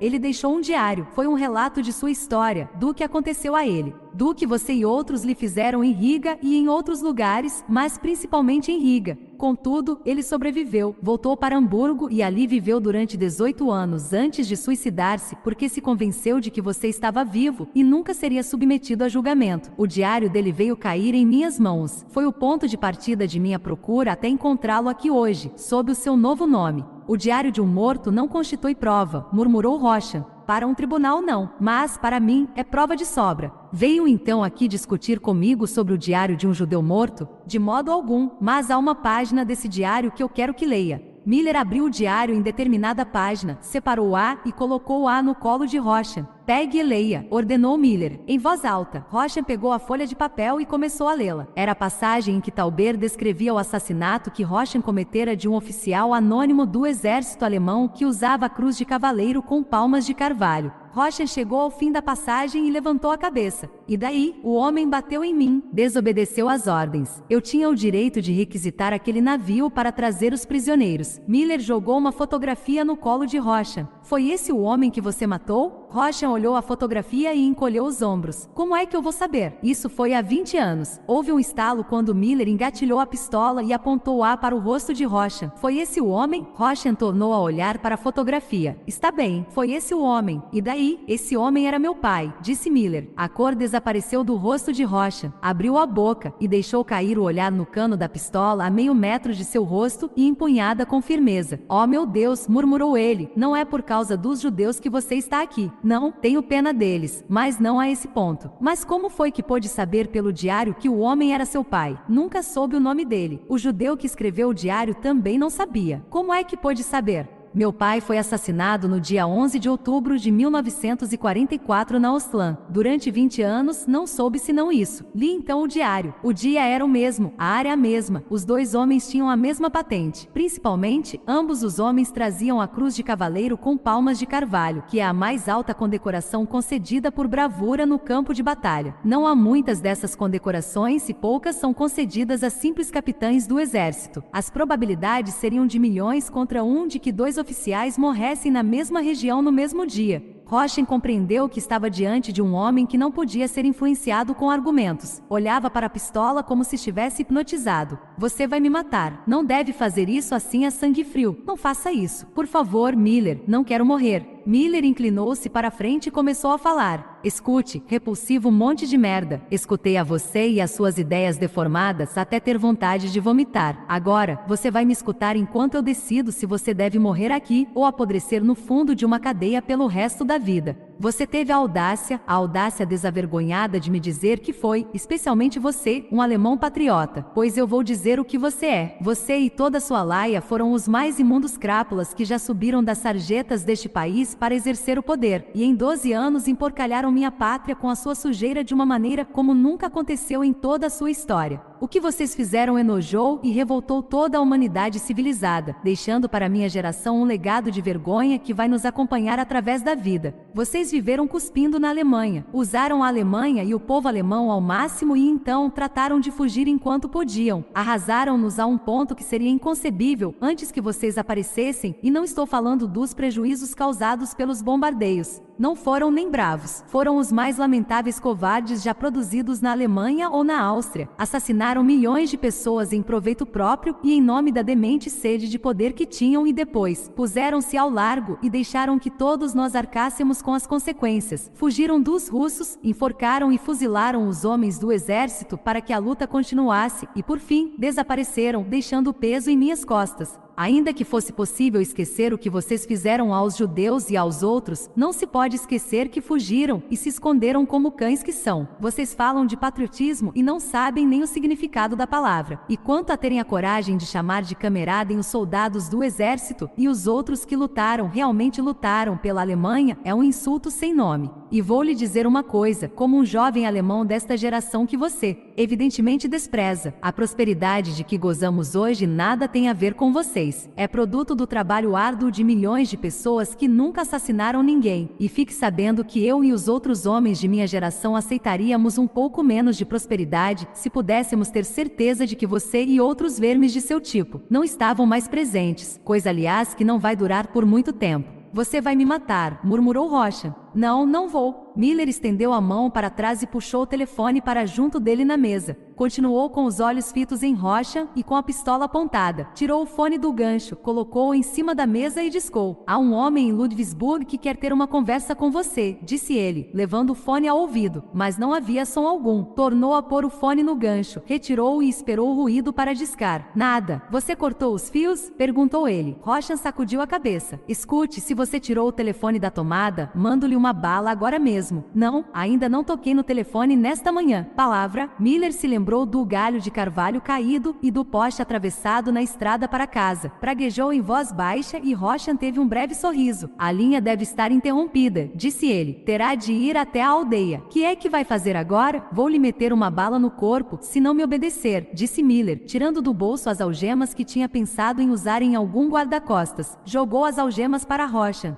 Vá até a lareira, ordenou ele, seguindo o outro através da sala. Que é que vai fazer? Vou deixá-lo algemado à lareira enquanto vou até a aldeia para telefonar. Estava olhando a armação de ferro fundido que cercava a lareira quando Roshan deixou cair as algemas aos seus pés. O homem das SS abaixou-se para apanhá-las e Miller quase foi colhido de surpresa quando Roshan apanhou, em vez das algemas, um pesado atiçador de ferro e arremessou com toda a força contra os joelhos de Miller. O repórter recuou em tempo. O atiçador passou sibilando por ele e Roshan perdeu o equilíbrio. Miller vibrou o cano da pistola contra a cabeça inclinada e se afastou dizendo: tente isso de novo e eu o matarei. matarei. Roshan se levantou, cambaleando da pancada que levará na cabeça. Feche uma das algemas em torno de seu pulso direito, ordenou Miller, e Roshan obedeceu. Está vendo aquele enfeite que parece uma folha à sua frente? À altura de sua cabeça? Há uma haste bem forte que sai dele. Prenda a outra algema ali. Depois que Roshan prendeu a segunda algema, Miller se aproximou e jogou para longe com o pé os atiçadores e os outros ferros da lareira, conservando a pistola encostada ao corpo de Roshan. Revistou-lhe os bolsos, tirou das proximidades todos os objetos que o homem acorrentado poderia arremessar para quebrar a janela. Do lado de fora, o homem chamado Oscar chegou pedalando à porta, depois de ter ido pedir conserto para a linha telefônica. Parou surpreso ao ver o Jaguar, pois o patrão lhe havia dito antes de sua partida que não estava esperando ninguém. Encostou a bicicleta na parede da casa e entrou sem fazer barulho pela porta da frente. Parou no hall, indeciso, sem nada ouvir do outro lado da porta acolchoada e sem ser ouvido pelos que estavam lá dentro. Miller lançou um último olhar pela sala e ficou satisfeito. É bom ficar sabendo, disse ele a Roshan, que não adiantaria nada se você tivesse me acertado. São 11 horas e eu deixei o material completo das provas contra você nas mãos de uma pessoa que deve expedir tudo pelo correio endereçado às autoridades competentes. Se eu não tiver voltado ou telefonado até o meio-dia, vou telefonar da aldeia e estarei de volta dentro de 20 minutos. Você não poderá sair daqui nesse espaço de tempo, ainda que disponha de uma serra. Quando eu voltar, a polícia estará aqui 20 minutos depois de mim.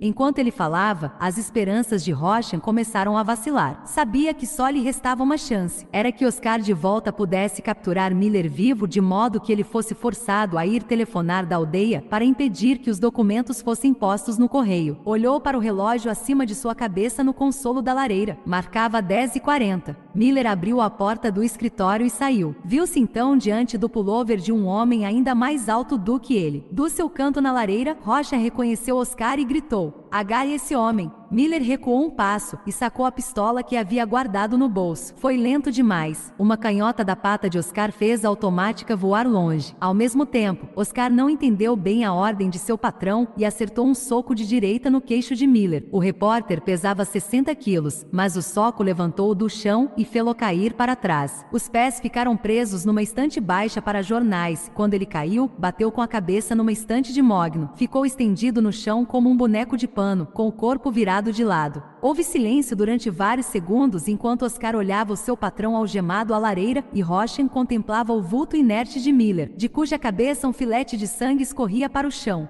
"Idiota!" gritou Roshan ao ver o que havia acontecido, deixando Oscar confuso. "Venha cá!" O gigante atravessou a sala e ficou à espera das ordens. Roshan procurou pensar depressa. "Procure tirar-me essas algemas. Use os atiçadores." Mas a lareira tinha sido feita num tempo em que os homens queriam que seu trabalho durasse por muito tempo. O único resultado dos esforços de Oscar foi entortar os atiçadores. "Traga o homem até aqui", disse ele afinal a Oscar. Enquanto Oscar sustentava o corpo de Miller, Roshan levantou as pálpebras do repórter e sentiu-lhe o pulso. "Está vivo ainda, mas sem sentidos", disse ele. "Vai precisar de um médico para socorrê-lo em menos de 1 hora. Vá buscar papel e uma caneta." Escrevendo com a mão esquerda, anotou 2 números de telefone enquanto Oscar ia buscar uma serra de metal na caixa de ferramentas do porão. Quando voltou, Roshan entregou-lhe o papel. "Desça para a aldeia o mais depressa possível. Ligue para este número de Nuremberg e conte ao homem que atender o que foi que aconteceu. Depois, telefone para este número na aldeia e peça ao médico que venha imediatamente. Diga-lhe que é um caso de urgência. Vá depressa." Quando Oscar saiu correndo da sala, Roshan tornou a olhar para o relógio. 10h50. Se Oscar chegasse à aldeia às 11 horas e estivesse de volta com o médico às 11h15, poderiam fazer Miller recuperar os sentidos a tempo de ser levado a um telefone e deter a ação do cúmplice, ainda que o médico tivesse de trabalhar sob a ameaça das armas. Roshan começou febrilmente a serrar as algemas. Quando chegou à porta, Oscar pegou a sua bicicleta e então parou e olhou para o Jaguar estacionado. Aproximou-se e viu que a chave estava na ignição. O patrão lhe havia recomendado pressa. Por isso, deixou a bicicleta de lado, entrou no carro sentando-se atrás do volante. Ligou o motor e espalhou o cascalho num arco bem amplo quando arrancou do pátio para a estrada. Saiu pisado e corria pela pista escorregadia o mais depressa possível quando chegou ao poste coberto de neve que estava atravessado no meio da estrada. Roshan ainda estava serrando a corrente que ligava as 2 algemas quando a ensurdecedora explosão na floresta de pinheiros o fez parar. Esticando o corpo para um lado, conseguiu olhar pela janela e, embora dali não pudesse pudesse ver nem a estrada, nem o carro. Um penacho de fumaça lhe mostrou que pelo menos o carro fora destruído por uma explosão. Lembrou-se da certeza que lhe tinham dado de que daria um jeito em Miller. Mas Miller estava estendido ali no tapete perto dele. Seu guarda-costas estava morto com certeza, e o tempo estava correndo de maneira irrecuperável. Encostou a cabeça no metal frio da lareira e fechou os olhos. Tudo está perdido, murmurou ele. Ao fim de vários minutos, recomeçou a serrar as algemas. Só mais de uma hora depois foi que o aço especial das algemas militares foi cortado pela serra que ficará cega. Quando se viu livre, com apenas uma algema em torno do pulso direito, o relógio marcava meio-dia. Se tivesse tempo, poderia parar para liquidar o homem caído no tapete, ou, ao menos, dar-lhe uns pontapés, mas estava com muita pressa. Abriu um cofre de parede e tirou um passaporte e vários maços de notas novas e de valores altos. 20 minutos depois, levando isso e algumas roupas numa maleta, estava descendo de bicicleta para a aldeia e contornando o jaguar despedaçado e o corpo ainda fumegante estendido de bruços na neve, por entre os pinheiros despedaçados e chamuscados. Ali chegando, tomou um táxi e ordenou ao motorista que o levasse ao aeroporto internacional de Frankfurt. Encaminhou-se ali para o balcão de informações e perguntou: a que horas sai o primeiro voo daqui para a Argentina, se não houver nenhum dentro de 1 hora? 18. Era 1h10 da tarde quando o Mercedes de Mackensen chegou ao portão da propriedade de Rocha. No meio da estrada para casa, encontrou o caminho bloqueado. O Jaguar fora evidentemente despedaçado de dentro, mas as suas rodas não tinham saído da estrada. Estava ainda de pé, atravessado na estrada. A parte da frente e a de trás podiam ser reconhecidas como de um carro, ainda seguras pelas resistentes barras de aço que formavam o chassi, mas a parte do centro, inclusive o lugar da direção, tinha sido despedaçada de alto a baixo. Os destroços estavam espalhados por uma extensa área em torno do carro. Mackensen examinou o esqueleto do carro com um sorriso sinistro e se aproximou do corpo queimado e estendido no chão a 5 metros de distância. O tamanho do cadáver chamou-lhe a atenção e ele se inclinou sobre o mesmo durante alguns minutos. Levantou-se então e galgou correndo o resto da estrada até a casa. Absteve-se de tocar a campainha, mas rodou a maçaneta. A porta se abriu e ele entrou no hall. Escutou durante vários segundos, como um animal carnívoro à beira de um poço, sentindo o perigo que pudesse haver no ar. Não havia o menor ruído. Meteu a mão por baixo do braço esquerdo e tirou uma automática Luger de cano longo. Abriu a trava de segurança e começou a abrir as portas que davam para o hall. A primeira era a da sala de jantar, a segunda, a do escritório.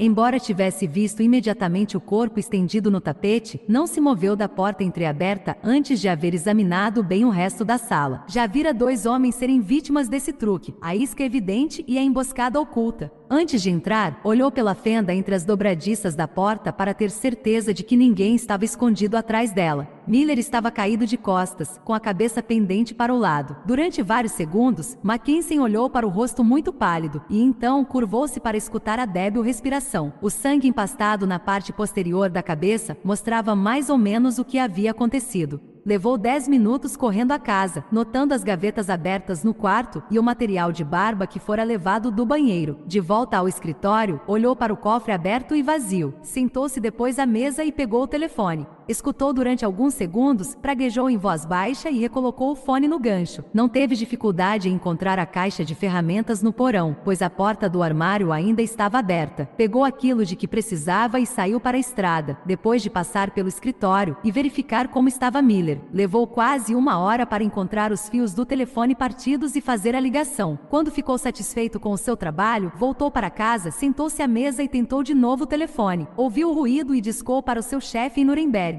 Tinha esperado que o lobisomem estivesse ansioso por ouvir notícias dele, mas a voz do homem do outro lado do fio parecia cansada e pouco interessada. Deu parte do que tinha encontrado: o carro, o corpo do guarda-costas, a algema cerrada ainda presa à lareira, a serra cega no tapete e Miller estendido no chão, inconsciente. Falou por último no dono da casa ausente. Não levou muito, chefe. Algumas peças de roupa e dinheiro do cofre aberto. Vou ajeitar tudo por aqui e ele poderá voltar quando quiser. Não, ele não vai voltar, disse o lobisomem. Telefonou-me do aeroporto de Frankfurt. Comprou passagem no avião que deve partir para Madrid daqui a 10 minutos. De Madrid partirá esta noite para Buenos Aires. Mas não é preciso, disse Mackensen. Farei Miller falar e nós saberemos onde ele deixou os papéis. Não havia nenhuma pasta nos destroços do carro e não há nada com ele, a não ser uma espécie de diário no chão. Mas o resto do material não deve estar muito longe. Está longe demais, disse o lobisomem. Está numa caixa do correio. Disse a Mackenzie o que Miller roubara do cofre do falsificador e contou o que Rocha lhe dissera de Frankfurt pelo telefone.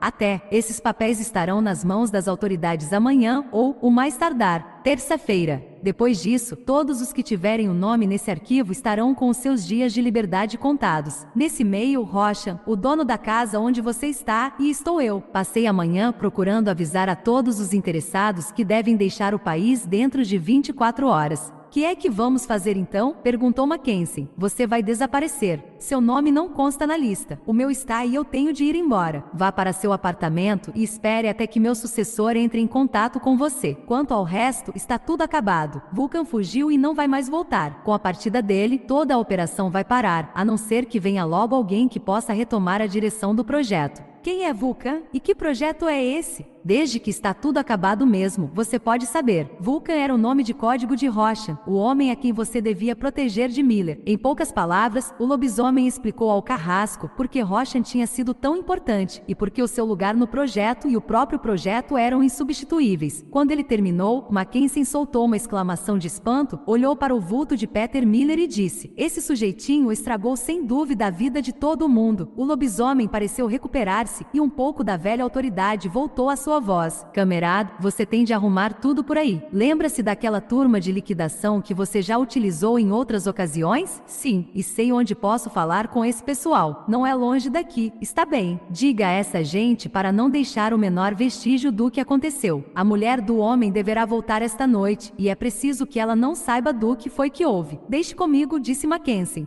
Depois desapareça. Ainda uma coisa, antes de sair, acabe com esse maldito. Miller, de uma vez por todas. Mackenzie olhou para o repórter inconsciente, apertando os olhos. Será um prazer. Então adeus e felicidades. O telefone foi desligado. Mackenzie colocou o fone no gancho, pegou um livro de endereços, folheou e discou um número. Apresentou-se ao homem que atendeu e recordou-lhe os serviços que ele tinha anteriormente prestado à Odessa. Disse qual era o lugar a que se devia dirigir e o que iria encontrar. O carro e o corpo na estrada têm de ser jogados num precipício. Há muita gasolina no tanque e o incêndio deve ser completo. Não deixe nada que permita a identificação do homem. Verifique os bolsos e tire até o relógio. Está bem, disse o homem. Levarei um reboque e um guincho. Mais uma coisa. No escritório da casa vai encontrar outro cadáver em cima de um tapete manchado de sangue. Faça-o desaparecer. Não no carro. Sugira um bom mergulho no fundo de um lago com pesos suficientes. Nada de vestígios, entendeu? Não há problema. Chegaremos às 5 horas e sairemos às 7. Não gosto de andar com essas cargas à luz do dia. Ótimo, disse Mackenzie. Já terei saído quando você chegar, mas encontrará. Tudo nas condições que eu lhe disse. Desligou, levantou-se da mesa e aproximou-se de Miller. Tirou a lugère e a verificou automaticamente, embora soubesse que estava carregada.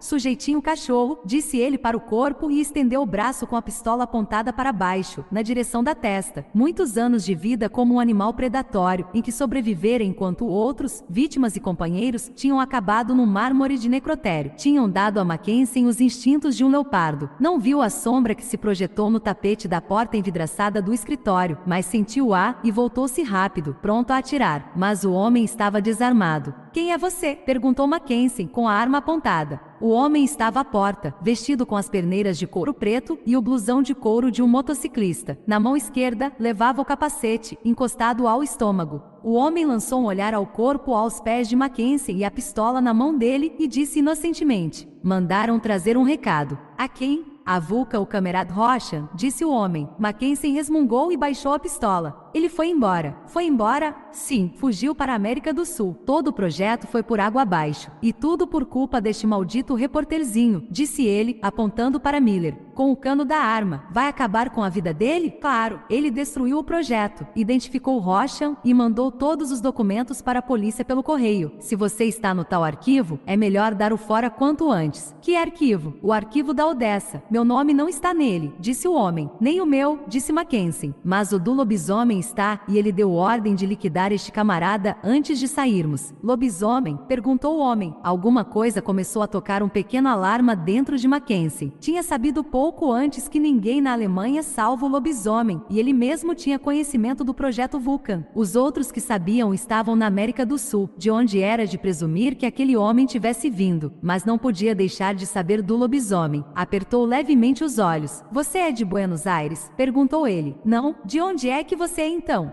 De Jerusalém. Foi preciso um segundo para que o nome fizesse sentido para Mackenzie. Moveu então a luger para atirar, mas um segundo é tempo demais, chega de sobra para morrer. A espuma de borracha dentro do capacete ficou chamuscada quando a Walter foi disparada, mas a bala da Parabellum de 9 mm rompeu a fibra de vidro sem parar e foi atingir Mackenzie à altura do externo com a força de um coice de mula. O capacete caiu ao chão e mostrou a mão direita do agente de dentro da nuvem de fumaça azul a PPK. Foi de novo disparada. Mackenzie era um homem grande e forte. Apesar da bala que tinha no peito, poderia ter atirado-se a segunda bala, entrando na cabeça 2 dedos acima da sobrancelha direita, não lhe tivesse estragado a pontaria. Além disso, matou-o. Miller foi acordar na tarde da segunda-feira, num quarto particular do Hospital Geral de Frankfurt. Durante meia hora ficou parado, tomando conhecimento pouco a pouco de que a cabeça estava toda envolta em ataduras e continha pelo menos um par de peças de artilharia. Encontrou um botão de campainha e apertou, mas a enfermeira que apareceu lhe recomendou que ficasse sossegado, pois ele tinha uma grave concussão. Ficou, portanto, sossegado e reconstituiu peça a peça os acontecimentos do dia anterior até metade da manhã. Depois disso, não se lembrava de mais nada. Dormiu um pouco e, quando acordou, estava escuro lá fora e um homem estava sentado ao lado da cama. O homem sorriu. Miller olhou para ele e disse: "Não o conheço." "Mas eu o conheço muito bem", disse o homem. Miller pensou um pouco e disse por fim: "Já me lembro de você. Esteve em casa de Oster com Leon e Motte." "Exatamente. De que é mais que se lembra?" "De quase tudo. A memória está voltando." "Rochan?" "Falei com ele, sim. Eu ia chamar a polícia." "Rochan fugiu para a América do Sul. Tudo está acabado. Completo. Encerrado. Compreende?" Miller sacudiu vagarosamente a cabeça. "Ainda não. Tenho uma reportagem fora de série. E vou escrevê-la." O sorriso do homem se desvaneceu. "Escute, Miller. Você não passa de um danado amador e tem muita sorte em ainda estar vivo. Não vai escrever nada. Em primeiro lugar, não tem sobre que escrever. O diário de Tauber está comigo e eu vou levá-lo para Israel, que é o lugar onde ele deve ficar. Eu o li na noite passada. Havia uma fotografia de um capitão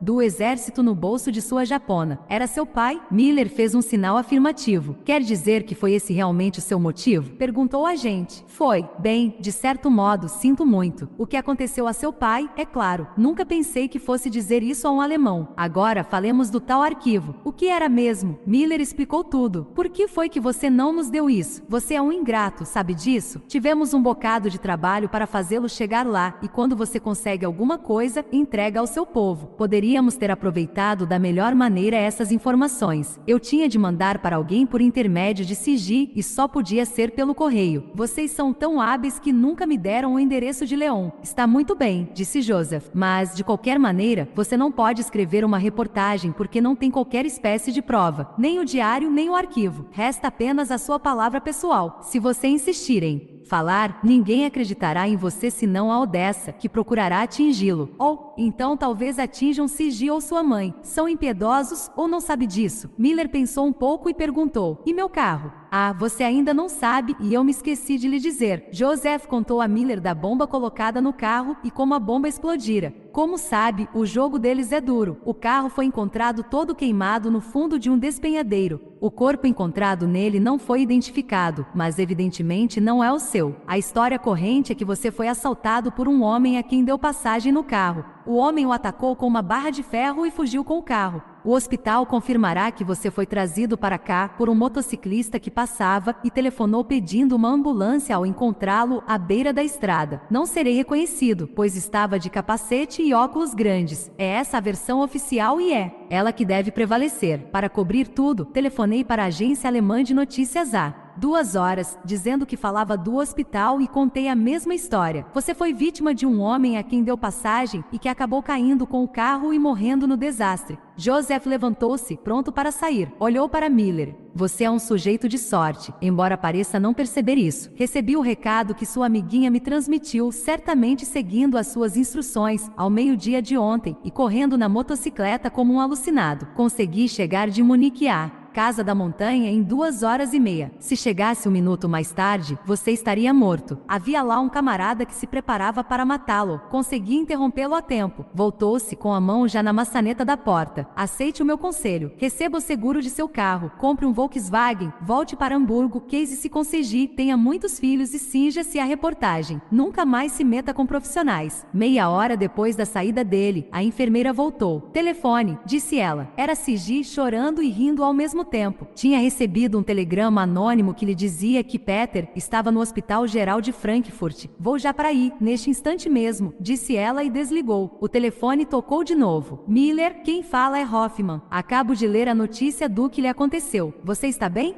Muito bem, Hoffman. Ótimo. Quando é que vai sair daí? Daqui a alguns dias. Por quê? Tem uma reportagem feita de encomenda para você. Há uma porção de moças filhas de papais ricos na Alemanha que estão indo para as montanhas a fim de ter encontros com os belos e jovens professores de esqui. Há uma clínica na Baviera que resolve o caso se houver alguma consequência desagradável, e os papais não precisam saber de nada, desde que as contas bem salgadas sejam pagas. Consta até que os jovens garanhões recebem comissão da clínica. Uma grande reportagem, hein? Sexo nas neves, orgias nas montanhas. Quando é que pode tratar disso? Na semana que vem. Excelente. Por falar nisso, aquela coisa em que você estava interessado, a caçada aos nazistas, deu algum resultado? Encontrou o homem? Alguma reportagem? Não, Hoffman, não há nenhuma reportagem. Foi o que eu pensei. Fique bom logo. Estou à sua espera em Hamburgo. O avião de Joseph de Frankfurt via Londres chegou ao aeroporto de Lod, em Tel Aviv, quando a noite estava caindo na terça-feira. Era esperado por 2 homens num carro e foi levado para a sede a fim de entender-se com o coronel que tinha assinado o telegrama como Cormoran. Conversaram até quase 2 horas da madrugada, com o estenógrafo anotando tudo. Quando tudo acabou, o coronel recostou-se na cadeira, sorriu e ofereceu um cigarro ao agente. Muito bem, disse ele simplesmente. Verificamos a fábrica e fizemos uma denúncia às autoridades, anonimamente, é claro. A seção de pesquisa será desmontada. Trataremos disso, ainda que as autoridades alemãs assim não procedam. Mas sei que vão agir. É evidente que os cientistas não sabiam para quem estavam trabalhando. Entraremos particularmente em contato com eles e quase todos concordarão em destruir os seus arquivos. Sabem que não ficariam bem se a história se divulgasse, pois o peso da opinião hoje em dia na Alemanha é pró-Israel. Conseguirão outros lugares na indústria e ficarão calados. Bonn também ficará em silêncio, assim como nós. E Miller fará a mesma coisa. E quanto aos foguetes? O coronel soprou uma coluna de fumaça e olhou para as estrelas que cintilavam lá, fora no céu noturno. Tenho a impressão de que nunca entrarão em ação. Nasser tem de estar pronto até ao verão de 1967 ou mais tardar. Com o trabalho de pesquisa na fábrica Vulcan destruído, não poderão de modo algum montar a tempo outra operação para adaptar os sistemas de teledireção aos foguetes antes do verão de 1967. O perigo passou então, disse o agente. O coronel sorriu. O perigo nunca passa, muda de forma apenas. Esse perigo particular pode ter passado, mas o grande perigo prossegue. Teremos de lutar de novo e talvez ainda depois até que o perigo passe. Mas você deve estar cansado. Por que não vai para casa? Abriu uma gaveta e tirou um saco de plástico com objetos de uso pessoal, enquanto o agente depositava na mesa seu passaporte alemão falso, dinheiro, carteira e chaves. Trocou de roupa numa saleta ao lado, deixando as roupas alemãs com seu superior. À porta, o coronel olhou de alto a baixo com ar de aprovação e apertou-lhe a mão. Seja bem-vindo à pátria, Major Uri Ben-Shaul.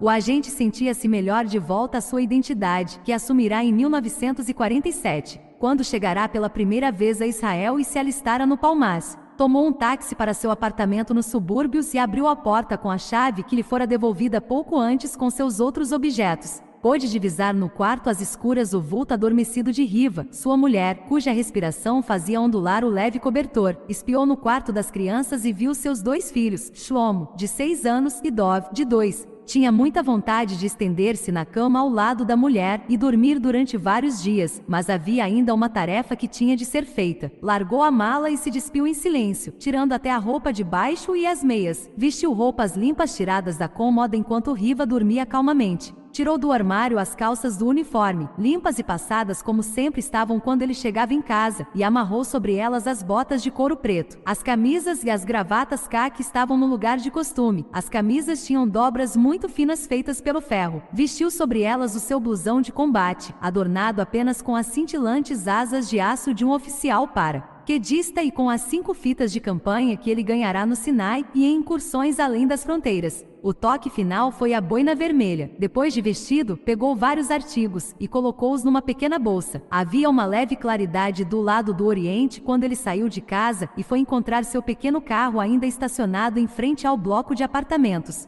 Embora fosse apenas 26 de fevereiro, faltando 3 dias para terminar o último mês do inverno, o ar estava de novo brando e prometia uma esplêndida primavera. Saiu de Tel Aviv para o lado de leste e tomou a estrada de Jerusalém. Havia na madrugada um silêncio que ele amava, uma paz e uma pureza que nunca deixava de admirar. Tinha visto 1000 vezes em patrulhas pelo deserto o fenômeno de um nascer do sol fresco e belo, antes do advento de um dia de calor escaldante, e às vezes de combate e morte. Era a melhor hora do dia. A estrada atravessava os campos lisos e férteis da planície litorânea rumo aos montes cor de ocre da Judéia, passando pela aldeia desperta de Hanli. Depois de Hanli, havia naquele tempo um desvio em torno da saliência de Latron, 8 quilômetros para contornar as posições avançadas das tropas jordanianas. À esquerda, viam-se as fogueiras da refeição matinal da Legião Árabe, que faziam subir no ar finos penachos de fumaça azul. Havia alguns árabes acordados na aldeia de Abu Ghozi quando ele tinha galgado as últimas colinas para Jerusalém. O sol se havia elevado acima do horizonte de leste e fazia brilhar a cúpula da rocha na parte árabe da cidade dividida. Parou o carro a 500 metros de seu destino, o mausoléu de Yad Vashem, e fez a pé o resto do caminho. Desceu a avenida marginada de árvores plantadas em memória dos cristãos que tinham procurado ajudar e chegou às grandes portas de bronze que guardam o santuário dedicado aos 6 milhões de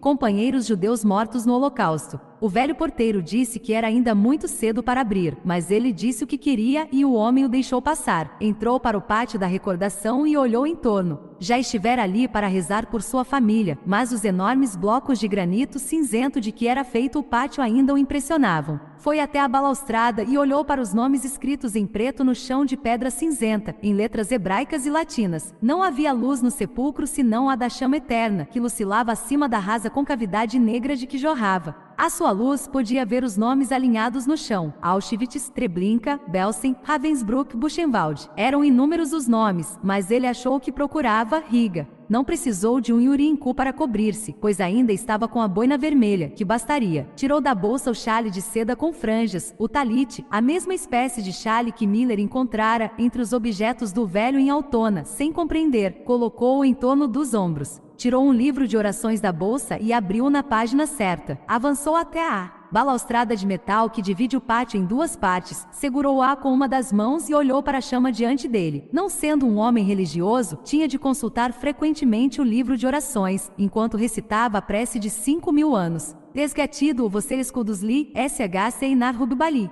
E foi assim que, 21 anos depois de ter morrido em Riga, o major paraquedista do exército de Israel, numa colina da Terra Prometida, disse afinal Cadiz pela alma de Salomão Tauber: seria agradável se as coisas deste mundo sempre acabassem sem nenhuma ponta solta. Isso raramente acontece. As pessoas continuam, vivem e morrem no tempo e no lugar próprios, tanto quanto foi possível apurar. Eis o que aconteceu aos principais personagens. Peter Miller voltou para casa, casou-se e limitou-se a fazer reportagens sobre as coisas que as pessoas querem ler na hora do café da manhã ou no cabeleireiro. No verão de 1970, Sigi estava esperando o 3º filho. Os homens da Odessa se dispersaram. A mulher de Eduard Rocha voltou para casa e depois recebeu um telegrama do marido que dizia que ele estava na Argentina. Ela se negou a acompanhá-lo. No verão de 1965, ela escreveu para ele no velho endereço de ambos, a Vila Gerbal, para pedir-lhe um divórcio perante os tribunais argentinos. A carta foi recambiada para o novo endereço de Rocha e ela recebeu uma resposta em que ele concordava com o pedido desde que o processo corresse perante os tribunais alemães. Juntou um documento legal em que concordava com o divórcio. O caso foi resolvido favoravelmente em 1966. Ela ainda vive na Alemanha, mas retomou seu nome de solteira de Miller, que é muitíssimo comum naquele país. Ela, a primeira mulher, ainda vive na Áustria. O lobisomem fez finalmente as pazes com os seus superiores furiosos na Argentina e se instalou numa pequena propriedade na ilha espanhola de Formentera, nas Baleares, comprada com o dinheiro apurado na venda de seus bens. A fábrica de rádios entrou em liquidação. Os cientistas que trabalhavam nos sistemas de teledireção para os foguetes de Elvan colocaram-se todos na indústria ou nos círculos universitários. Entretanto, o projeto em que estavam trabalhando sem saber para Rocha foi abandonado.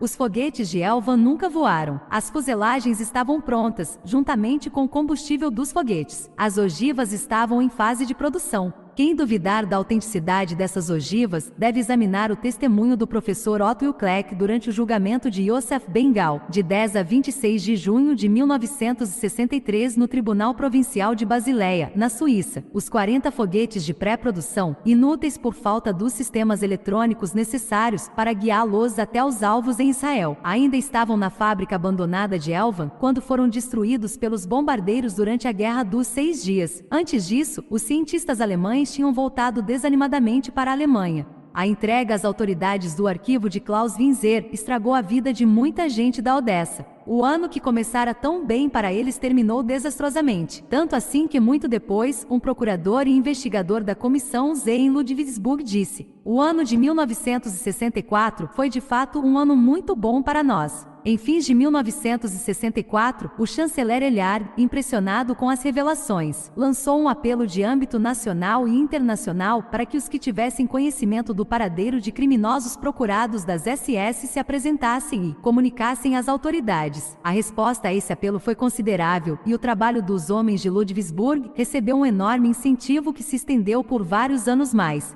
Dos políticos que participaram da transação de armas entre a Alemanha e Israel, o chanceler Adenauer da Alemanha viveu na sua vila de Hondor, acima de seu amado Reno e perto de Bonn, tendo morrido ali a 19 de abril de 1967. O primeiro-ministro israelense David Ben-Gurion permaneceu como membro do Knesset, parlamento, até 1970, quando por fim se retirou para o seu lar no kibbutz de Sde Boker, no coração das montanhas pardacentas do Negev, na estrada de Beersheba e Eilat. Gosta de receber visitas e fala com animação sobre muitas coisas, mas não sobre os foguetes de Elvan e a campanha de represálias contra os cientistas alemães que trabalharam neles. Dos homens do serviço secreto envolvidos na história, o general Amit continuou como coordenador até setembro de 1968 e sobre seus ombros recaiu a enorme responsabilidade de assegurar que seu país tivesse a tempo as informações necessárias para a Guerra dos 6 Dias. Como a história registra, o seu êxito foi brilhante. Quando se afastou, foi ser presidente e diretor-gerente das indústrias Coor de Israel, de propriedade dos operários. Ainda vive muito modestamente e sua encantadora mulher Iona se nega como sempre a ter empregadas, fazendo ela mesma todo o trabalho de casa.